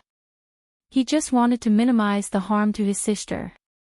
Now that Qin Rongfang was so concerned about it, he told him the whole story. Qin Rongfang reached out to pinch the skin between his brows and rubbed it. His snow-white brows were furrowed. Although our Qin family doesn't have much business dealings with your Shin family, old Shin and I have never stopped seeing each other. For old Shin to make such a decision, I can understand his heart-wrenching feeling. To be so angry, sigh. I'm afraid he can't wait to raise his walking stick and beat Xian to death. Shin Kai nodded solemnly. Isn't that so? He keeps shouting at home that he wants to go to G City and beat that little bastard to death. The more he shouts, the more he can't catch his breath. Everyone at home is worried. Qin Rongfang said, it's the same for anyone else. He keeps shouting about that troublemaker, but in his heart, he just wants his child to be safe. Otherwise, even if you put a knife to old Shin's neck and gave him 100 billion yuan, he wouldn't bear to marry Xian to a comatose person. This is simply the worst plan. But we don't have a good solution. If it was in Haiqing, we could think of something, but the Pei family's roots are in the south. We can't do anything. Even if we use our connections, it's impossible to overcome their local influence. Grandpa Qin knows that the Pei family's influence is similar to the Jiang family in the east. Not only are they rich and powerful, but they also have a complicated political background. If the Pei family refuses to reconcile and insists on making a fuss, we can't do anything at all. Qin Rongfang nodded as he listened. Shin Kai took over Jiang Zhao's job just now.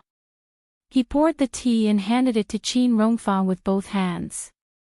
This was how a well-mannered family taught the younger generation to serve tea to their elders. Qin Rongfang especially liked that the children of rich families inherited the old tradition. He always felt that the younger generation's attitude towards their elders determined a person's character.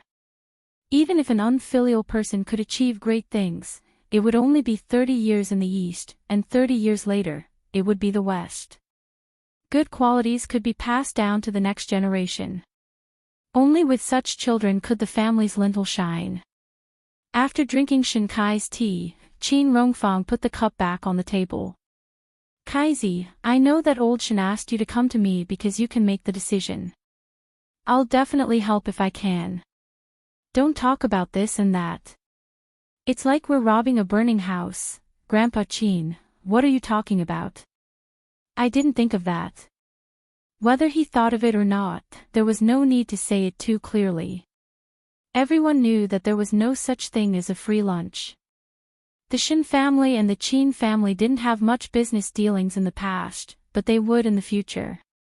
I'll make a trip to G City tonight. You, Jiang Zhao, come with me. If Ruoxuan really marries over, our Qin family and the Shin family will be related relatives. Okay, thank you, Grandpa Qin. Jiang Zhao nodded. Grandpa, then I'll ask for leave. Qin Rongfang nodded in agreement. When Jiang Zhao asked for leave, he wanted to take Yi Er with him. Yi Er said no. Dad is still in the hospital. Yun Yi, let's hire 2 more nurses to take care of him for 2 days. Can't you go with me for 2 days? I'm going to G City with Grandpa this time. It's a tricky situation. Are you just going to watch your husband fight with others alone without anyone to take care of him? Jiang Zhao's tone was really pitiful. Yi Er finally gave up struggling. Then I'll arrange for the nurses. But you must come back on Friday night. No one will pick Xijia up. Don't worry. He really won't come back. There are so many people in the Qin family. You're just a 20-year-old girl. How can you be so thoughtful? Are you an old woman going through menopause? I'll go, okay. Okay, pack some clothes. I'll pick you up after work. Jiang Zhao went to pick Yi Er up after work. Yi Er heard from Jiang Zhao that the Pei family's matter was more difficult to deal with, so she didn't ask too much. She only listened to the conversation between the three men on the private plane and roughly understood the whole story. The housekeeper made tea for Qin Rongfang every once in a while, and the family doctor took his blood pressure from time to time. After getting off the plane, the airport was very crowded. There were people everywhere to pick them up. Even though they came out of the VIP passage, they could still feel the bustle of Ji City from the busy footsteps. Shen Kai and Qin Rongfang walked in front and talked as they walked. Jiang Zhao held Yi Er's hand and walked behind. Yun Yi, I didn't bring you here for fun this time. I know. You want me to take care of you and Grandpa, right? I'll do my best. Don't worry. It's not that. Jiang Zhao brought Yi Er's hand to his lips and kissed it. Yun Yi, I wanted to bring you here to take a look at the negotiations between the big families. You might have a sense of superiority when you're in Haiqing. The Qin family's power, the Jiang family's power in the east, and my status will form a sense of superiority in your heart. But you have to remember that in this world, there will always be people who are better than you. You have to leave yourself some leeway when you do things. Shen Xian caused trouble this time, and the Shen family sacrificed at least half of their power to ensure her safety. Yi couldn't help but feel apprehensive. However, Jiang Zhao continued, if sacrificing half of the empire can protect her, then that's still fine. But you will see in a moment. For some clans, even if you offer up half of the empire, they might not even care about it. That's because they have their own powerful kingdoms. Perhaps even if grandfather were to personally make a move today and do his best, he might not succeed. So Yun Yi, now you should know why the Jiang family and the Qin family are so powerful, but they still use a mediocre education method instead of a tyrannical one, right? It's because if you walk by the river often, your shoes will inevitably get wet. Xian's mistake this time is enough for her to regret it for the rest of her life.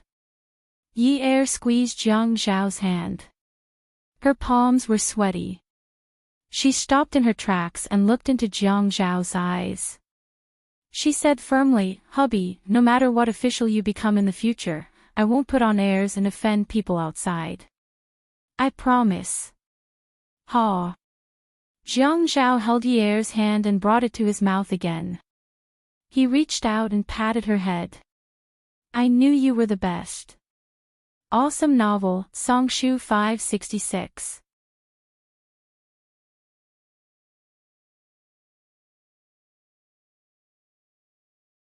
Chapter 687.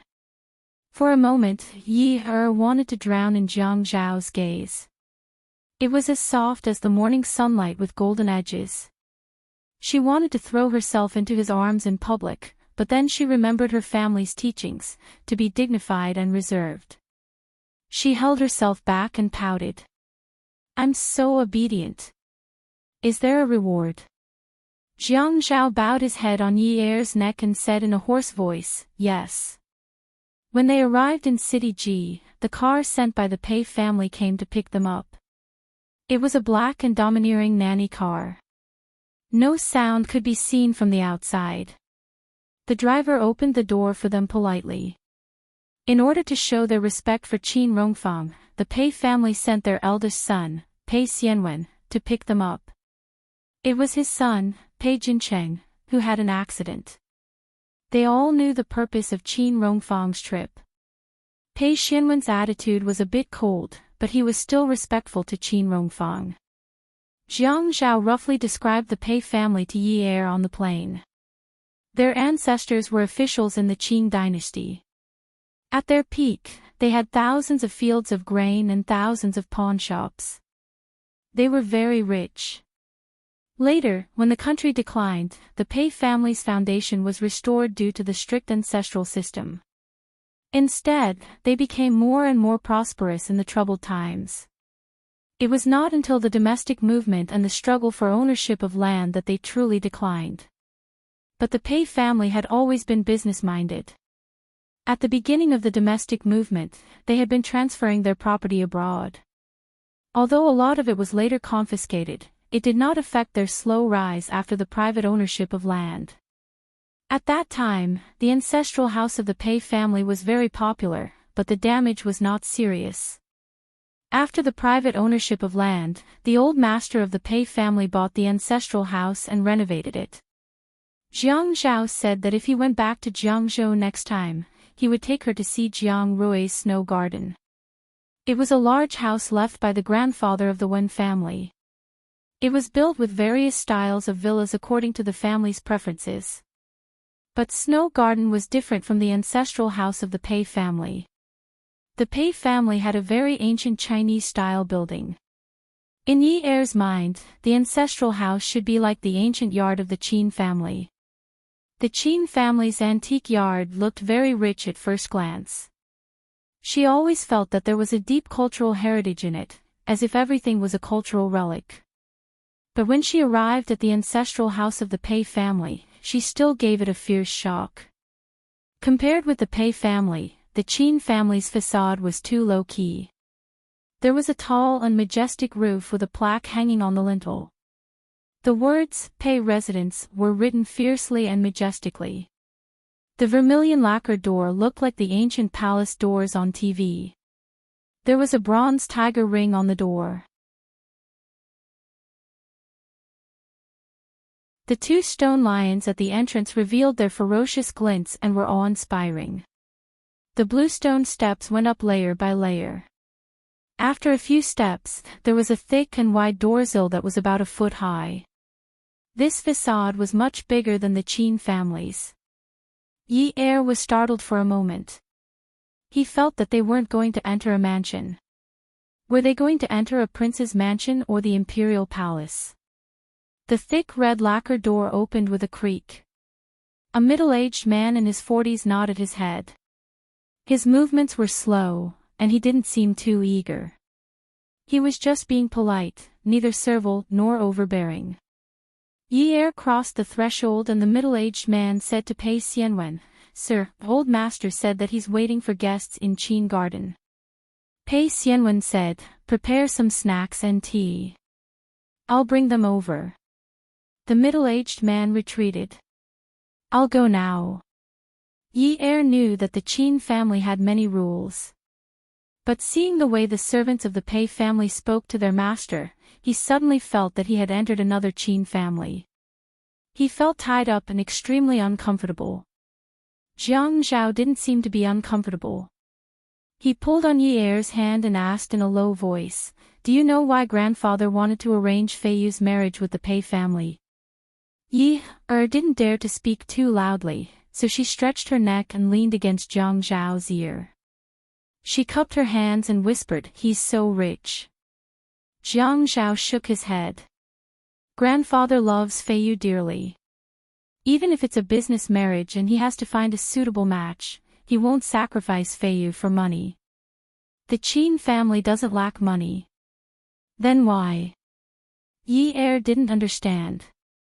Jiang Zhao smiled faintly. The Pei family's upbringing is strict. Their children abide by the family rules. Grandfather feels that the children raised by such a family will know shame, know etiquette, respect the elders, protect the young, and not be licentious. He's afraid of marrying Fei Yu off to a hedonistic young master. I see. It was obvious that there were many rules. With so many rules, how could they not be strict? But grandfather's painstaking efforts, Fei Yu was so young. Would she be able to understand? They walked around the winding paths, the corridors, and halls. Yi felt that this was indeed a palace. If this house wasn't made of green bricks and tiles, but red walls and gold tiles, it would definitely be the Forbidden City. They walked around Qin Garden for nearly 20 minutes before they arrived. Fortunately, the garden was ever-changing under the lights. The fragrance of the flowers filled their nostrils and the sound of the spring water made it not lonely. Otherwise, if they walked alone for so long at night, they would definitely be scared of ghosts. They stepped through the circular arch of Qin Garden, past the flower steps, and entered the main hall. An old man stood up from the main seat. He was dressed very similar to Qin Rongfang, but he was slightly chubbier. Although his hair was as white as Qin Rongfang's, it was cut very short. There seemed to be a layer of white snow on top of his head. This person was the old master of the Pei family, Pei Li. He clasped his hands together in front of Qin Rongyan, who had just entered. There was a string of prayer beads around his palms. His eyes were smiling. "You've worked hard." Qin Rongfang also clasped his fists the moment he saw Pei Li. His eyes were also smiling. They were very familiar. "Old friend, we meet again." Qin Rongfang let go of his clasped hands. The two old men shook hands. Pei Li pulled Qin Rongfang to the main seat beside him. "Old Qin, you've come a long way. Have a seat first."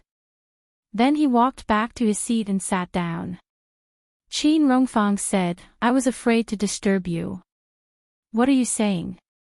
"I'm old and useless. Since you're here, let's talk about health." The two of them laughed heartily. Jiang Zhao, Yi and Shen Kai stood in the main hall obediently, waiting for the old man to finish speaking. Pei Li looked and fiddled with the prayer beads in his hands. He raised his hand and pointed to the guest seat. "Sit, sit." "Thank you, Grandfather Pei." The three of them respectfully sat down and didn't speak anymore. Pei Li glanced at Shen Kai. His pupils constricted. He looked at Jiang Zhao and Yi then turned to look at Qin Rongfang. He pretended to be angry. "Are you bringing your grandson and granddaughter-in-law here to show off to me?" Qin Rongfang rolled his eyes at Pei Li. "What's there to show off for? When I invited you to Haiqing for the wedding banquet, you brought your family over to the country. I specially asked them to come over and serve you a cup of tea." At this moment, the servant came over with the teacups and teapot. Jiang Zhao pulled Yi up and walked to Pei Li. "Grandfather Pei, this is my wife, Yun Yi. It's the first time I've brought her to see you. Grandfather, please bear with her if she doesn't know any better." With that said, he led Yi to bow to Pei Li. Yi's eyes were sharp. When he saw the servant put down the teacups, he took the teapot from the servant's hands.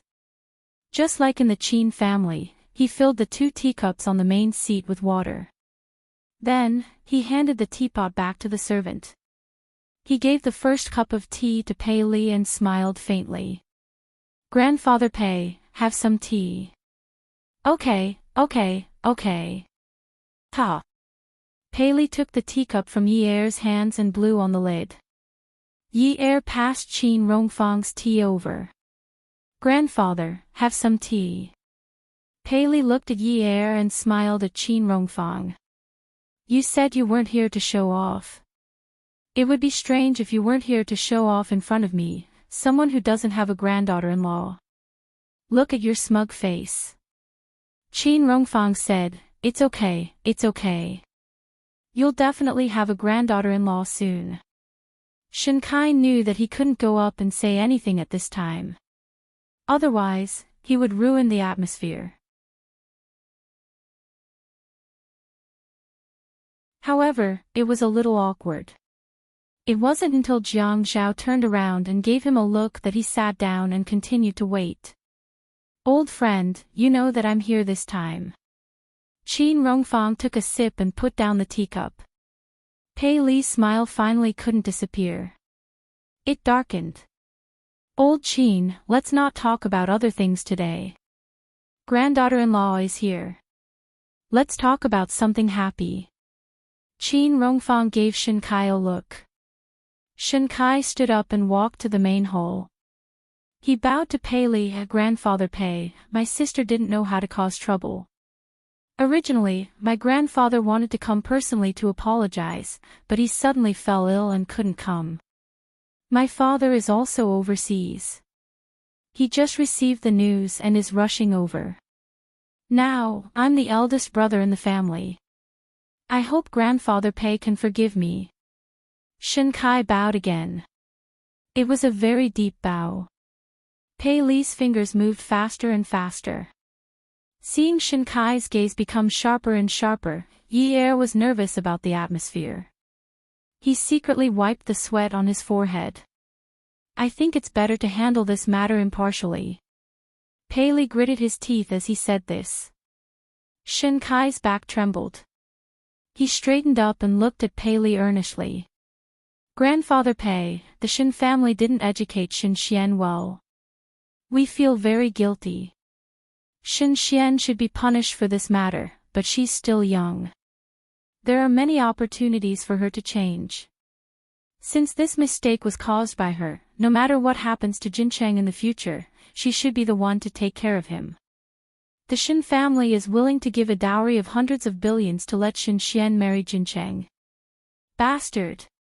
Pei Li slammed his hand on the table. The teacup on the table shook for a while. Hundreds of billions. My grandson is worth hundreds of billions. I don't want a single cent. I want to handle this impartially. At this moment, Qin Rongfang stood up and pulled Pei Li. He said to Shen Kai, Yi Er, and Jiang Zhao, go to the courtyard. I want to talk to your grandfather Pei for a while. Don't disturb us. Jiang Zhao pulled Shen Kai out of the door. Yi Er followed closely behind. When Shen Kai reached the garden outside, he let out a long breath and looked at the moon in the sky. Jiang Zhao patted Shen Kai's shoulder. Calm down for a while. Shen Kai rubbed his temples. His lips trembled. I know. Once he thought about handling this matter impartially, Shen Kai felt a chill down his spine. He didn't dare to think about the consequences. Shen Xian was still so young. What if she went to prison? When Qin Rongfang saw that the juniors had left, he pulled Pei Li to sit down. He said sincerely, old friend, don't be fierce with me. Let me say a few more words. If you don't feel comfortable, no matter who it is, they won't feel comfortable. But think about it. If that girl marries Jincheng and she takes care of him, won't she be punished even more? Moreover, in the future, we can think of a way to artificially inseminate that girl and give birth to a child for Jincheng. If this were to happen to other daughters of similar social status, I'm afraid no one would be willing. Pei Li looked at Qin Rongfang in disbelief. The resolute light in his eyes wavered for a moment. Awesome novel, Xinwu 799.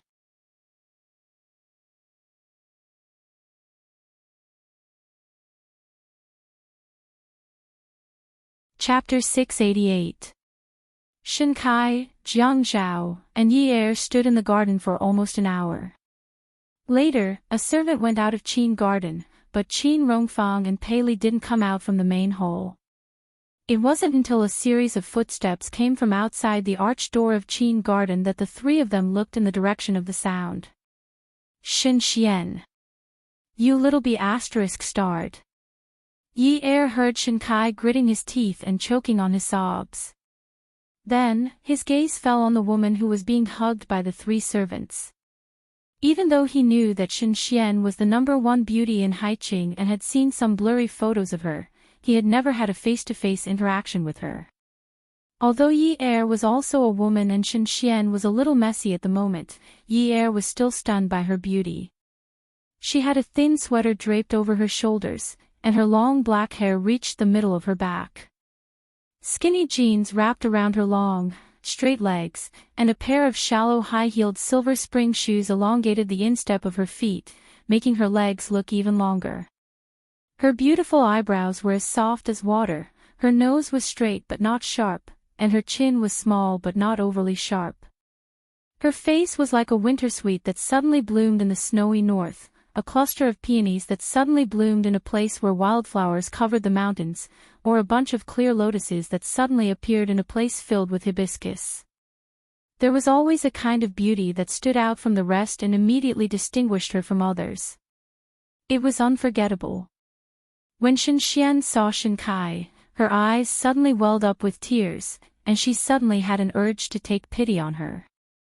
Because of Shenxian's beauty, Yi Er took a deep breath and glanced at Jiang Zhao beside him. Jiang Zhao's expression seemed normal.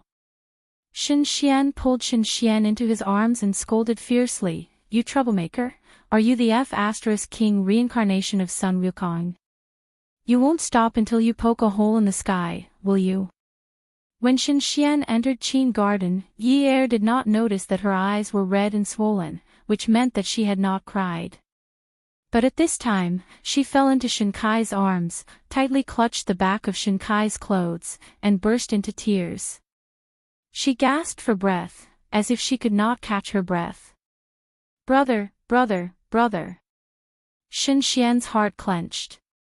His eyes were red as he freed his hands from Shenxian and slapped Shenxian's buttocks twice. "You little bastard." Shenxian cried even harder. "Brother, I killed someone, I killed someone." Shinkai was stunned. He shook Shenxian's shoulder and said, "Little girl, little girl." Shenxian looked at Shinkai with pain in her eyes. Her body trembled like a sieve. "Brother, I killed someone, I killed someone." Her 10 fingers were like water and scallions. She raised them in front of Shinkai and flipped them back and forth as if she was in a trance. "Brother, I just took that bottle and threw it at him. Brother, I didn't mean to. I just wanted to teach him a lesson. I just couldn't stand him. I didn't want to kill him." Shenxian was scared, guilty, panicked, and lost. All kinds of emotions hit her as if she was about to collapse.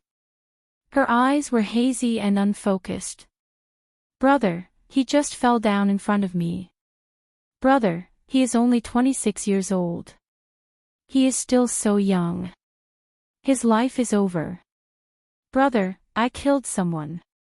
Brother, should I pay with my life?" Shinkai could not bear to scold her anymore. He grabbed Shenxian's hands tightly. little girl, listen to me. He is seriously injured, Shenxian quivered. He's not dead. No, then how is he? Will he be in danger? Brother, I can't sleep. When I close my eyes, I see that I killed someone. He falls down in front of me hundreds of times every day. Brother, he is only 26 years old.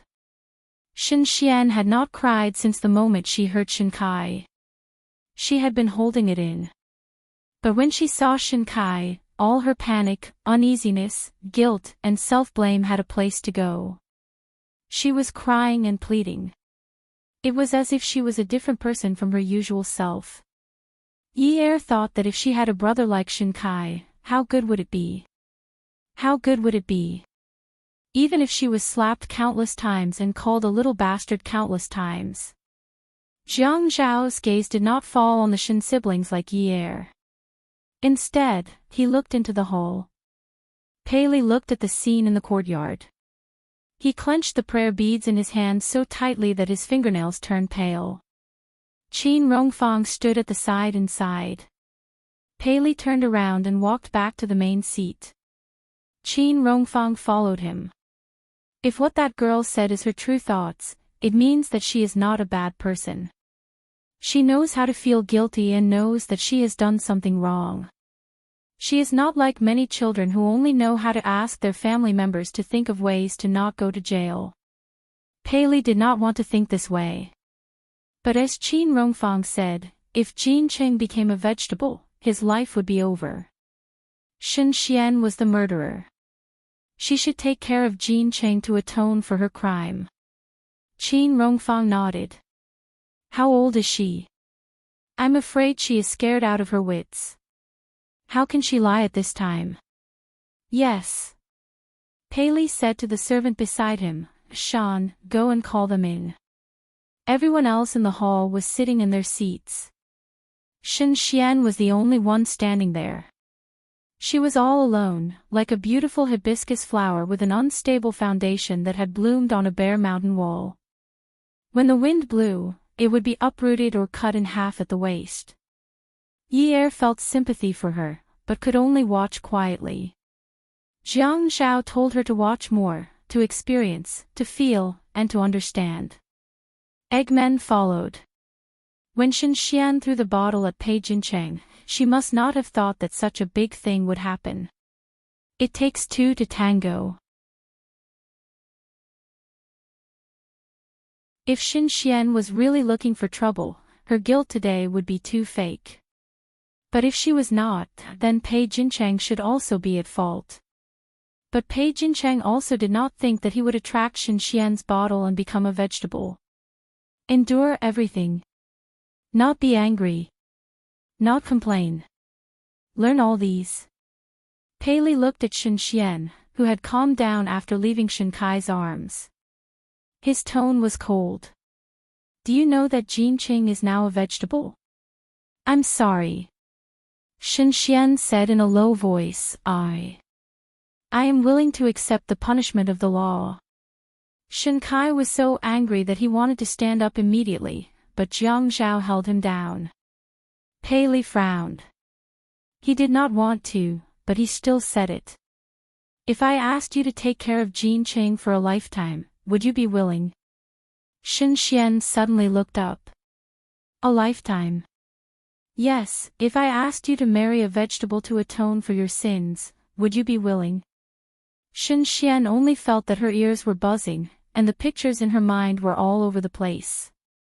She looked more and more dazed. Although she had not shed tears before, there were bloody teeth marks on her lips. She must have bitten them herself. At this time, she bit her lower lip again. She didn't know how to live with a person who had no feelings for her.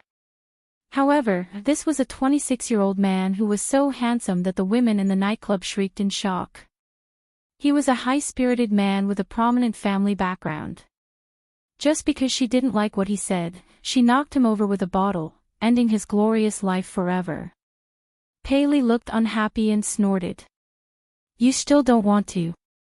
Jiang Zhao held Shen Kai's arm tightly, not allowing him to be agitated. Shen Xian looked up and fixed her eyes on Paley. There was no sorrow, no bitterness, and no compromise in her eyes. There was only a firm commitment. I'm willing. I'm willing to take care of him for a lifetime to make up for my mistakes. I'll work like a cow or a horse. I won't regret it. Shen Xian felt relieved. As long as Shen Xian did not go to jail, nothing mattered. Shen Xian's eyes were so clear and bright that Paley was momentarily moved. If it were not for Shen Xian's young age, he would have thought that this was a deliberate expression made by an experienced person. After Jiang Zhao and the others settled down in Flowing Water Garden, Pei Xianwen and Paley quarreled in Qin Garden. Dad! You don't care about our feelings at all. You let Jean Cheng's murderer marry him. You're stabbing a knife into my heart. Pei Xianwen supported himself on the table and could not stand steadily. Yes, he did not agree. He firmly disagreed. If he could not punish the murderer, he would not be satisfied even if he died. Paley fiddled with the prayer beads to stabilize his breathing. Xianwen, do you think I was willing to do this? It's not that I'm soft-hearted because I'm a Buddhist. I also want to seek justice for Jean Qing, but think about it yourself. Isn't Jean Qing in the wrong? Pei Xianwen said angrily, the law doesn't care about that. Shen Xian should go to jail for causing Jin Qing to end up like this. Pei retorted, let me tell you, even if Jin Qing has to lie in bed for the rest of his life, he must have his own child. But think about it carefully. Jin Qing has become a vegetable. I'm afraid that no family of equal social status will be willing to marry their daughter to him. All of this is caused by Shen Xian. She must complete the task of getting Jin Qing pregnant. Pei Xianwen said angrily, I'm going to buy a daughter-in-law for Jin Qing to undergo artificial insemination. I will never let Jin Qing's murderer bear his child. Nonsense. What if something happens after you buy the daughter-in-law? Can the child not have a mother? Shen Xian can't. She must take care of Jin Qing for the rest of his life. Pei Xianwen's voice finally lowered. Won't anything happen if she takes care of Jin Qing? What if she won't. That child isn't that bad. Dad, you're too soft-hearted. Shen Xian curled up in Shen Kai's arms and slept. From the beginning, she was shivering, to becoming more and more stable. Shen Kai kept patting her back. His lips were already dry, but he was still saying, it's okay, it's okay. Jiang Zhao saw that Shen Kai's door was ajar. He gently knocked, then pushed the door open and went in. He sighed softly, poured a glass of water, and handed it to Shen Kai, who was lying on the bed with his sister resting on his arm. Jiang Zhao watched as Shen Kai raised his head and drank the glass of water. Then, he handed the glass back to him. If Shen Xian hadn't gotten into this situation, I wouldn't have known that you're such an anxious person. Jiang Zhao smiled bitterly. I actually hope that you'll never know that I'm such an anxious person. I only have one sister. What can I do? Shen Kai's voice was very soft. If I had known that this would happen, I wouldn't have doted on her since she was young. I would have beaten her up since she was young. Then, she wouldn't have dared to cause trouble. Thinking about how his sister was going to marry a vegetable, Shen Kai could only swallow his words. He looked at Jiang Zhao, who was still looking for him at such a late hour. This time, when we go back to High City, I'll search for the family Ouyang's information and give it to you as soon as possible. I won't leave out anything. Awesome novel. Hongcha 866.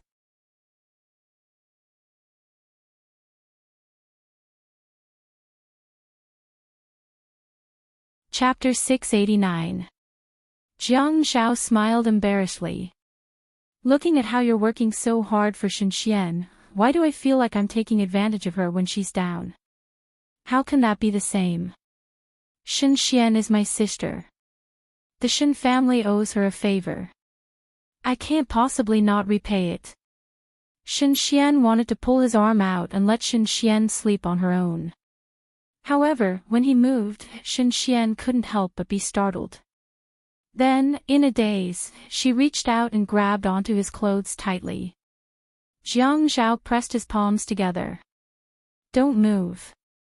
This girl was so scared that she couldn't sleep last night. She only dares to sleep now that you're by her side. This matter isn't entirely due to my grandfather's efforts. The conditions you offered were indeed good. Grandfather Pei is also a thoughtful person.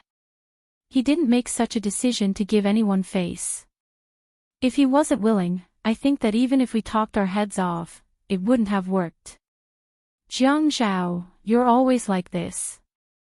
You make it sound like you're advocating for the greater good. In the end, I still have to give you what you deserve. It's not wrong to say that you're a fox. You flatter me. There are many foxes in Haiqing. I'm just an inconspicuous one. Jiang Zhao looked at Shen Xian and laughed softly. He simply sat down on a chair and started chatting with Shen Kai. You're too humble. Shen Kai wasn't in the mood to joke. Sigh. Anyway, I'll give you all the information on the family Ouyang when we get back. You can do it yourself. I'm not in the mood to think about other things. I know how you feel. It's fine as long as the Han family is appeased. Shin Kai sighed. Sigh. I'm just afraid that it won't be enough. That little brat from the Han family likes our little rascal so much that he's crazy. Otherwise, he would have broken off the engagement long ago. It's just that Han Chiang refuses. Otherwise, that little rascal wouldn't have been causing trouble and trying to ruin his reputation. Han Chiang is pretty good. Why does Shin Xian look down on him? Jiang Zhao was puzzled. The corner of Shin Kai's mouth twitched speechlessly. You don't know. She said that Han Chiang was too good-looking, with a pair of peach blossom eyes that seduced women. He actually attracted flies, and when he got married in the future, he would definitely be a playboy. In the end, she didn't like the mediocre ones. In short, she didn't like them. She said she didn't like them. Jiang Zhao only said one word, go ahead. If I didn't do it, would this have happened? Now, she still has to marry a good-looking man. Moreover, it's a good-looking man who can't move in bed. Now that she's married, such a man will be honest. It's impossible for him to go out and seduce women. It's really worry-free. Shin Kai shook his head and smiled bitterly. If it weren't for Shin Xian's situation, I would have been amused by your words. You're really something. There's no other way. I'll get you a glass of water and put it on your bedside table. If you want to drink it later, you can get it yourself. Thank you. Pei Jincheng's mother, Ji Rong, was a traditional woman. She didn't participate in the family's decision-making, but she still couldn't accept the fact that her son was in a vegetative state. Her attitude was the same as Pei Xinwen's. She couldn't accept Shin Xian marrying into the Pei family. Father, tell me, is it because of the dowry? Is it because our Pei family swallowed it down our throat worth that much money? Pei Li looked at his eldest daughter-in-law. After a long while, he closed his eyes and sat motionlessly on the main seat. However, the prayer beads in his hand were moving very quickly. When he moved the prayer beads, they seemed to be trembling because of the speed. After a while, Pei Li opened his mouth faintly. His voice wasn't loud, but it was soul-stirring. I'm not dead yet. In this family, I still have the final say, and I must have the final say. I've made this decision, and it's not to be refuted or disobeyed. You just need to carry it out. You don't need to ask for the reason, and I don't need to give you any explanation. When Jincheng's health indicators are stable, pick a good day and hold a grand wedding. Ji Rong collapsed weakly in Pei Xinwen's arms. She looked at the old man who was still counting prayer beads with his eyes closed. She covered her mouth and didn't dare to cry out loud. The next morning after breakfast, they accompanied the Pei family to the hospital to see Pei Jincheng. There was a large glass wall outside the ICU ward. Yi Er stood beside Jiang Zhao. She just couldn't believe it. In fact, she couldn't see what the man inside looked like. However, the tubes all over his body made her feel sad. She hated places like the hospital. It was a place where people were sent back and forth from the gates of hell. Shin Xian stood quietly in front of the glass. She placed her hand on the glass and looked at the man lying motionless on the bed. Shin Xian patted her gently on the shoulder. Shin Xian sniffled almost inaudibly. Brother, did you see that? Actually, he and I don't have any deep hatred. We're not close. His originally brilliant life was ruined by my hands. Brother, I regret it very much, really. I owe him, and I can't repay him in this lifetime. I also owe the Pei family, and I can't repay them. Shin Kai's back stiffened. Shin Xian spoke slowly and calmly. Brother, don't be sad. I didn't feel wronged at all. This is what I deserve. Shin Kai took a shaky breath and turned around. His sister's tone made him have an impulse to go crazy. Shen Xian came from a good family and was beautiful. Everyone held her in high regard. She was the only daughter in the family. As a result, her temper was very strong. Usually, she didn't know how to think for others and did what she wanted to do. The Han family's marriage alliance was something that happened when she was young. Ever since she became sensible, she had been making a fuss about breaking off the engagement. She had never cared about the awkwardness of it. The last time Ouyang Yan came to look for him, he even said that Ouyang Yan was the one who dumped Zhang Zhao, so why was she being so arrogant now? Thinking about it, she was really as annoying as Ouyang Yan. Shen Xian was also not easy to deal with. She was unhappy and wanted to break off the engagement. She didn't care about the family matters at all. These 2 years, she made more and more trouble, and he followed behind her to clean up the mess. Now, he felt that Ouyang Yan was annoying. But even if Shen Xian did the same thing, he couldn't hate her. He only felt sorry for her. After all, acne on other people's faces didn't make people worry. Only when needles pricked one's body did they know the pain. He remembered that a reporter asked a celebrity what kind of partner she wanted. The celebrity said that it was a man who could move. A man who couldn't even move on the bed, could he still be called a man? Shen Kai felt a ball of fire burning in his heart. His ears were filled with Shen Xian's comforting words. "Brother, don't be sad. I didn't feel wronged at all. This is what I deserve." Damn, she finally grew up. She finally knew that her mistakes made her family sad. But the price was too damn high. Paley was a person who had killed his way through the ups and downs of the business world. In his early years, he was still a little vicious. When he was 50 years old, he realized that his shortcomings were too obvious. So, he concentrated on studying Buddhism and cultivating his mind.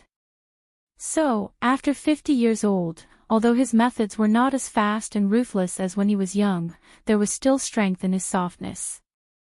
In the Qin family, Qin Rongfang had already given power to Qin Fian. He slowly handed over his own things to his grandson. It was different from the Qin family. The Pei family was like a kingdom in the south. The supreme king held great power, and his decisions on major matters were never disrupted by others. That king was Pei Li. He was slightly fat and dressed in Chinese clothes. The roots of his hair were very light, as if covered with a layer of snowflakes. He held the Buddha beads and fiddled with them gently. He looked kind and low-key. But at this time, he was staring at Shen Xian with a sharp gaze. Among the people present, only Qin Rongfang noticed his complicated gaze. Before they walked out of the hospital, Pei Li called out to Shen Xian. Shen Xian was like a child who had made a mistake. She put away her original sharpness and stood respectfully in front of Pei Li. Although Jincheng is now in a vegetative state, from the moment you married into the Pei family, you are no longer Miss Shen of the Shen family. You are the daughter-in-law of the Pei family.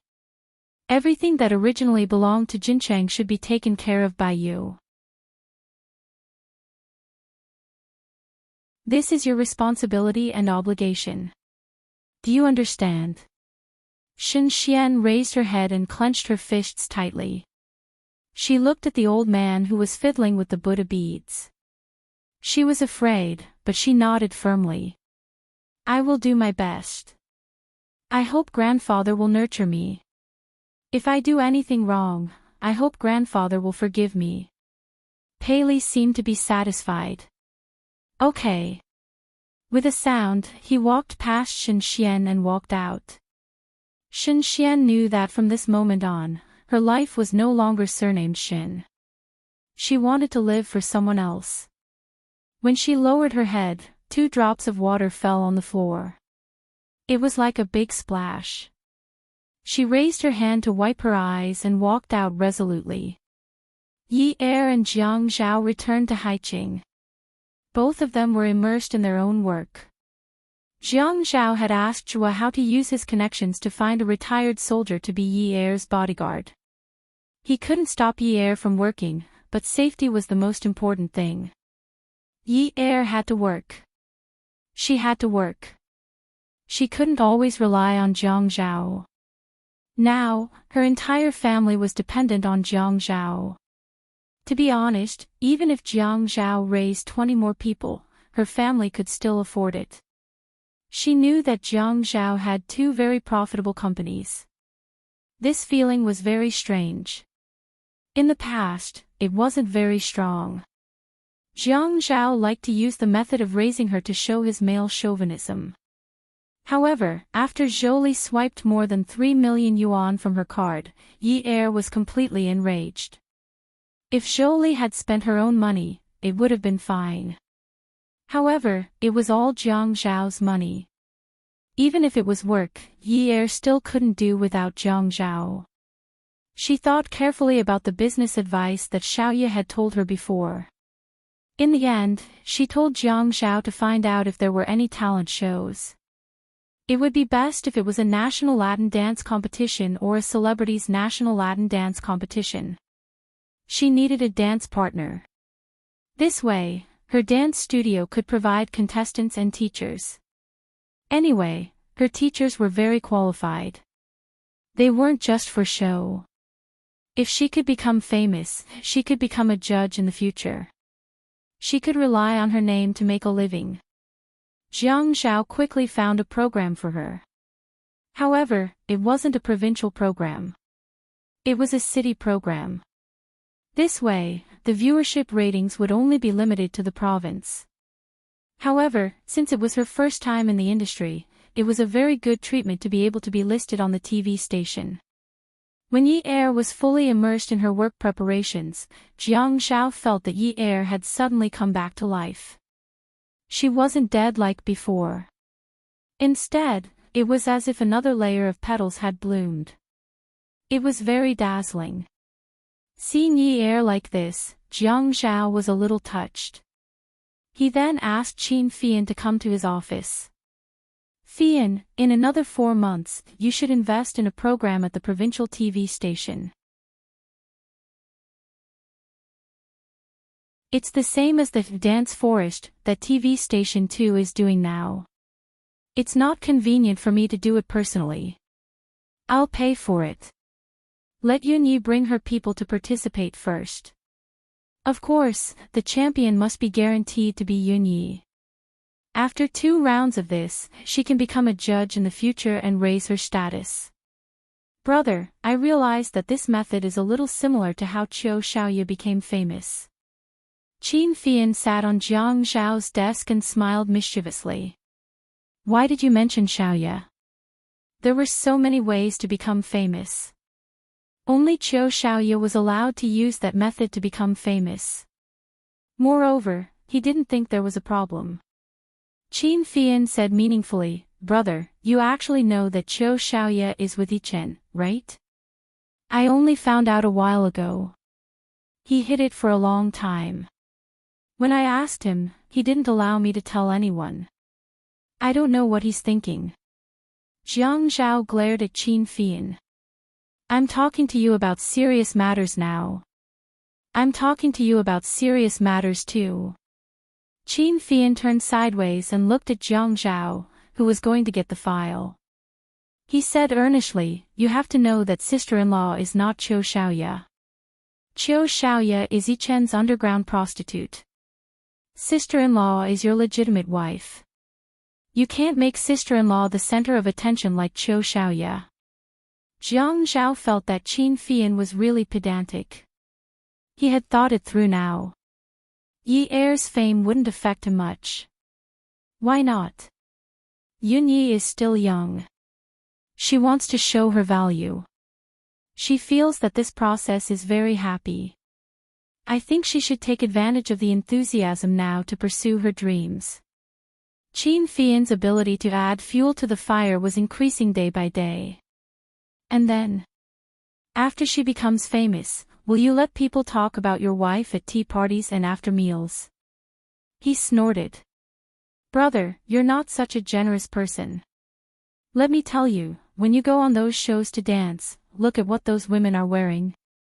Latin, rumba, cha-cha, tango. Anyway, just look at them. When they spin in a circle, they're showing off their tights. They're even hugging your wife and spinning, lifting her up, hugging her. Qin Fian didn't see the change in Jiang Zhao's expression. His gaze became more and more uncomfortable. He continued, let me tell you, I didn't agree with sister-in-law opening this dance studio. But since she's already opened it, it doesn't matter if she's the boss. In fact, it's enough to make a little money. Don't think about making her famous. People in the arts like to say that they pursue the harmony of the soul. Just wait and see. If there's a spark between them while dancing, it'll be too late for you to cry. What nonsense are you talking about? Your sister-in-law is not that kind of woman. Don't add fuel to the fire. Jiang Zhao took the file and ignored Qin Fian. He simply sat on the sofa in the reception room and flipped through it slowly, leaving Qin Fian alone at the desk. You still don't believe me? Qin Fian wouldn't let go of a chance to make Jiang Zhao repent. Hey. He hurried to the reception area and sat on the sofa on the other side. Brother, don't blame me for not reminding you. Let me tell you, those duet groups, those pair figure skating groups, and don't even talk about those national dance groups. They're all in the name of pursuing art. On the road to pursuing art, they eat their partners into their stomachs.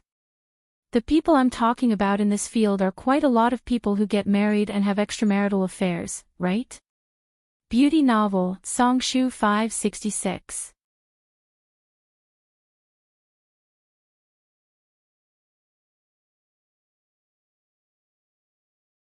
Chapter 690. Jiang Zhao did not say anything, but Qin Fian was very anxious.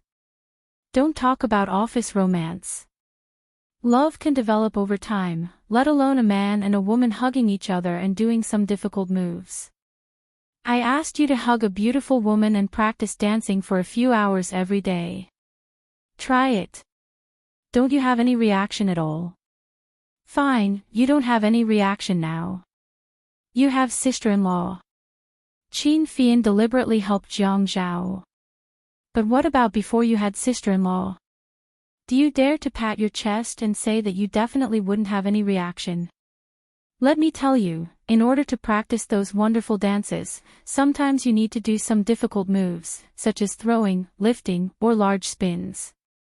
These are not things that can be done with skill alone. You have to put your life and safety in the other party's hands. This requires a lot of tacit understanding between partners. Brother, touch your conscience and tell me, are you willing to let sister-in-law reach that level of tacit understanding with another man? Even her life and safety in the hands of that man without any hesitation. This kind of competition takes 4 months at the municipal level, and the provincial level takes even longer. For such a long time, you let sister-in-law reach that level of tacit understanding with another man every day, and in the end, she became the champion. Can you really continue to watch? How could Jiang Zhao continue to watch the dossier? Watch my ass. His mood of wanting to create a blue sky for Yi Er was completely ruined. When he was talking to Yi Er, it was clearly an art to show the concept of beauty. Now, when it came out of Qin Fian's mouth, it became a filthy scene. He wavered, brother, listen to me. You really can't make sister-in-law as famous as Xiao Yiqiu. Moreover, they are in different fields. Even if Xiao Yiqiu becomes famous, there won't be any male partners. That's why Yi Chen is willing to let her become famous and let her have her way.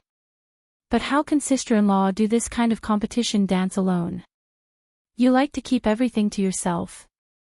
If something really goes wrong in the future, you will definitely regret it. Qin Fian kindly advised again. Jiang Zhao rolled his eyes at him and looked down at the file in his hand. However, the words on the file had all been blurred out. It showed men and women hugging and dancing together. During the climax of the music, the man threw the woman up and spun her around. It was frightening to watch, as if the woman was going to be thrown out of the man's hands. However, the woman was calm and composed, as if she did not feel the danger at all. The two of them communicated silently with their eyes. The music came to an end. The two of them hugged each other tightly, their necks intertwined. The music paused for more than 10 seconds, and the two of them had to smile happily on the stage and hold hands to express their gratitude during the curtain call. When I receive the award, I have to thank my partner. He understands me very well. He was the one who accompanied me all the way here. When we trained together. In short, he said a lot of pretentious words. Jump my ass. Don't jump. There was no room for discussion. Yes, Fei Yan was right. He wouldn't be so generous as to give his wife to another man. Qingfeng Garden. Qiu Shaoye sat obediently on the sofa, sneezing again and again. Her ears were burning. She wondered who missed her so much. Zhuang Yichen never expected that Xiaoye's parents would come to Qingfeng Garden even though it wasn't the weekend. Usually, he didn't come over during the weekend because father and mother Qiu would come over to help Qiu Xiaoye tidy up the house. Today, he was really cursed. He bumped into them just as he was about to leave. The few of them stood in the living room. Father Qiu was a little nervous. He didn't look at Zhuang Yichen. He felt that this man's aura was too strong and he wasn't used to it. Mother Qiu, on the other hand, looked at Zhuang Yichen carefully. Auntie. Boss Qiu's boyfriend? Mother Qiu asked directly. Zhuang Yichen looked a little awkward. Xiaoye scratched her head and interrupted, Mrs. Qiu, my colleague. I'm here to deliver a document. Zhuang Yichen nodded in agreement. He was still polite. Yes, I'm here to deliver a document to Xiao. Xiaoya. He was used to calling Qiu Xiaoyao by her nickname. It wasn't strange for him to call her by such a pretentious nickname. Oh, I see. Mother Qiu looked at Zhuang Yichen and sneered. She slyly pretended not to understand and asked, how come I didn't know that Xiaoya is working at Xingchen International now? She's the CEO's secretary now. But President Zhuang is much better looking than the picture on the cover of the finance magazine. After the compliment, her eyes shone with satisfaction. Xiaoye looked up and sighed. Oh no, Mrs. Qiu had taken a liking to Zhuang Yichen. Mrs. Qiu's research scope was too broad. She actually read finance magazines. Was she looking for inspirational stories again? Zhuang Yichen was stunned for half a second before he came back to his senses. Oh, that's what I was thinking. Xingchen International also wants to enter the clothing industry. They want to invite Xiaoye to join them. President Zhuang, are you close to Xiaoye? Mother Qiu was a cunning old fox. Or should I call her Miss Qiu or something? Xiaoye. That's quite close. When it came to business, one had to deal with whatever came their way. However, Zhuang Yichen was not prepared for such a situation. He wanted to put aside his pride and ask Xiaoye for help. Xiaoye seemed to understand and pulled Mother Qiu to sit on the sofa. Mom, it's not like you don't know that I do private customization. The clothes I make are all for people like President Zhuang. It's not strange that they know me for a long time. Oh, that's all. Mother Qiu looked at Zhuang Yichen again. Zhuang Yichen nodded. That's all. Oh. Oh, Mama Qiu said again, seemingly relieved. Zhuang Yichen was about to leave when Mama Qiu suddenly said to Xiaoya, your father and I are here today to drag you to the wedding. Married? Apart from Mother Qiu, everyone else in the room was stunned. Father Qiu was also stunned. However, he was sitting in an inconspicuous position and Mother Chio's words had completely attracted Zhuang Yichen's attention. Therefore, he did not notice his sudden panic.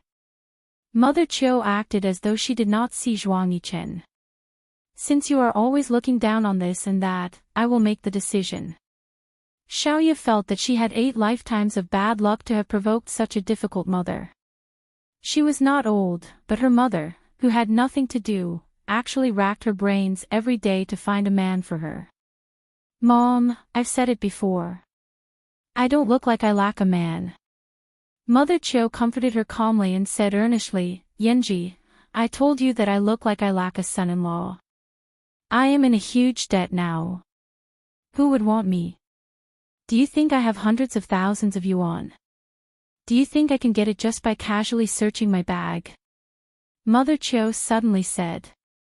Mother Chio slapped her thigh. Hey, you don't say. I found you a man who patted his chest and promised to pay off your debt. A bald old man. Chio Xiaoya only dared to think this way. Mother Chio raised her eyebrows and described the man proudly. Young, tall, handsome and rich. Xiaoya smiled awkwardly. Mom, have you changed your career to writing romance novels? Mother Chio gave Xiaoya a shove. Get lost. That was my dream when I was young. I don't have the energy to do that now. I have to worry about your marriage. Xiaoya thought to herself, you really dare to climb up just because you're given a vine. Mom, marriage is a big deal. You have to spend more time thinking about it. That's why I spent a lot of time thinking about it for you. I stayed up all night helping you research. It's not enough for a good man to just be rich. He has to be good-looking. It's not enough to just be rich and good-looking. He has to be cultured. It's not enough to just be rich and good-looking. Xiaoya's shoulders drooped weakly as she raised her head and said, we have to have parents-in-law who are easy to get along with. It's not enough to be rich, good-looking, and cultured. We have to be considerate, tolerant, filial, and romantic. After Xiaoya finished reciting, she looked dispirited and helpless. She looked like she was about to cry as she said, Mom, you should go and write. You'll definitely do something. Really, you'll definitely achieve more than worrying about your daughter's marriage. Zhuang Yichen wanted to turn around and leave because the people here obviously didn't care about him. He had always had a strong presence. However, after confirming that he wasn't Xiaoya's boyfriend, Mother Chio didn't even look at him. Instead, she kept promoting other men to Xiaoya. As if rooted to the ground, Zhuang Yichen was in an awkward situation. He was afraid that he would be suspicious if he stayed any longer, so Zhuang Yichen said politely, Uncle, Auntie, I will leave first. Okay. Take care. Mother Chio's voice was full of enthusiasm. However, her eyes fell on Xiaoya and dropped another bomb. Hurry up and pack up. Yiyun has been waiting for too long. He said that you don't want to see him. He wants to marry you this time. If you say so, he will marry you immediately. He will help you pay off the debt. How is it? Young, right? Tall, right? Handsome, right? Rich, right? Not. Xiaoya's eyes suddenly widened. Her voice trembled. Mom! Don't joke around. Zhuang Yichen, who had just walked to the door, paused again. He heard Xiaoya's voice suddenly change in pitch. It suddenly rose and fell. In her incredulous tone, there was a strong sense of anticipation and unexpected loneliness. Kang Yun. Kang Yun proposed to Xiaoya. Last time in the wardrobe, he saw how Mother Chio wanted to marry Xiaoya off. He didn't think it was a joke. His hand that was already holding the door handle couldn't press it down. However, he held the door handle tightly. After he let go, he turned around and looked at Xiaoya. Xiaoya, what about your promise to attend the new company's meeting in an hour? Xiaoya looked up and saw Zhuang Yichen's pleasant face. However, her eyes were full of tyranny. How should she say it? This was a question with no choice. I will go right away. I will go when the proposal is ready. President Zhuang, I think the meeting should be delayed for half an hour. You can only focus on your work after this important matter is solved. Mother Qiu smiled. She stood up and politely discussed with Zhuang Yichen. Zhuang Yichen stood there motionless. He didn't look like there was anything wrong with it. Instead, his outstanding temperament covered up his displeasure. Auntie, it's not right for more than a dozen people to wait for one person. Moreover, many of them came from other cities for the meeting. Some of them have already booked return tickets. If the company's interests are lost, I'm afraid that the interests of the employees will be affected in the future. Mother Qiu lowered her head and thought for a while. When she looked up, she was still in a dilemma. Okay, you should hurry to the meeting. I will discuss it with Yun. Anyway, the Civil Affairs Bureau closes at 5:30. Go ahead. Don't delay your work. Zhuang Yichen's eyebrows twitched, but he still smiled like a gentleman. Xiaoya, follow me to the company. After the meeting, we can solve this important matter as soon as possible. Xiaoya could feel Zhuang Yichen's anger. Zhuang Yichen was not a very patient person. If he hid a knife behind his smile, it meant that she was going to be in trouble. As expected, the silver Bugatti shot out of the neighborhood like an arrow. Xiaoya sat upright in the assistant seat. Zhuang Yichen glanced at her. Aren't you going to explain to me? Ah. Xiaoya seemed to have suddenly come back to her senses. What? This B***starred woman actually didn't know what he was talking about. Was she blinded by the news of her marriage? Don't you need to explain to me about Kong Yun? Xiaoya spoke out of habit. Since when do I need to explain to you about my matters? When he stepped on the brakes, the car stopped by the roadside. Xiaoya rushed forward. Zhuang Yichen. Zhuang Yichen leaned over and pressed down on her. He opened his large palms and grabbed Xiaoya's butt between his thumb and index finger. He pinched it with 2 fingers and lifted it towards himself. He gritted his teeth and said, "Little demon Qiu, what kind of attitude is that when you talk to me?" Xiaoya frowned. Her mouth hurt, but she refused to admit defeat. What kind of attitude do you want? I asked you to explain to me about Kong Yun. She had been with him almost every day for the past few days. What was going on with her marriage with Kong Yun? When did Kong Yun go to look for her mother? Why did she suddenly have to register? She was too timing. She dared.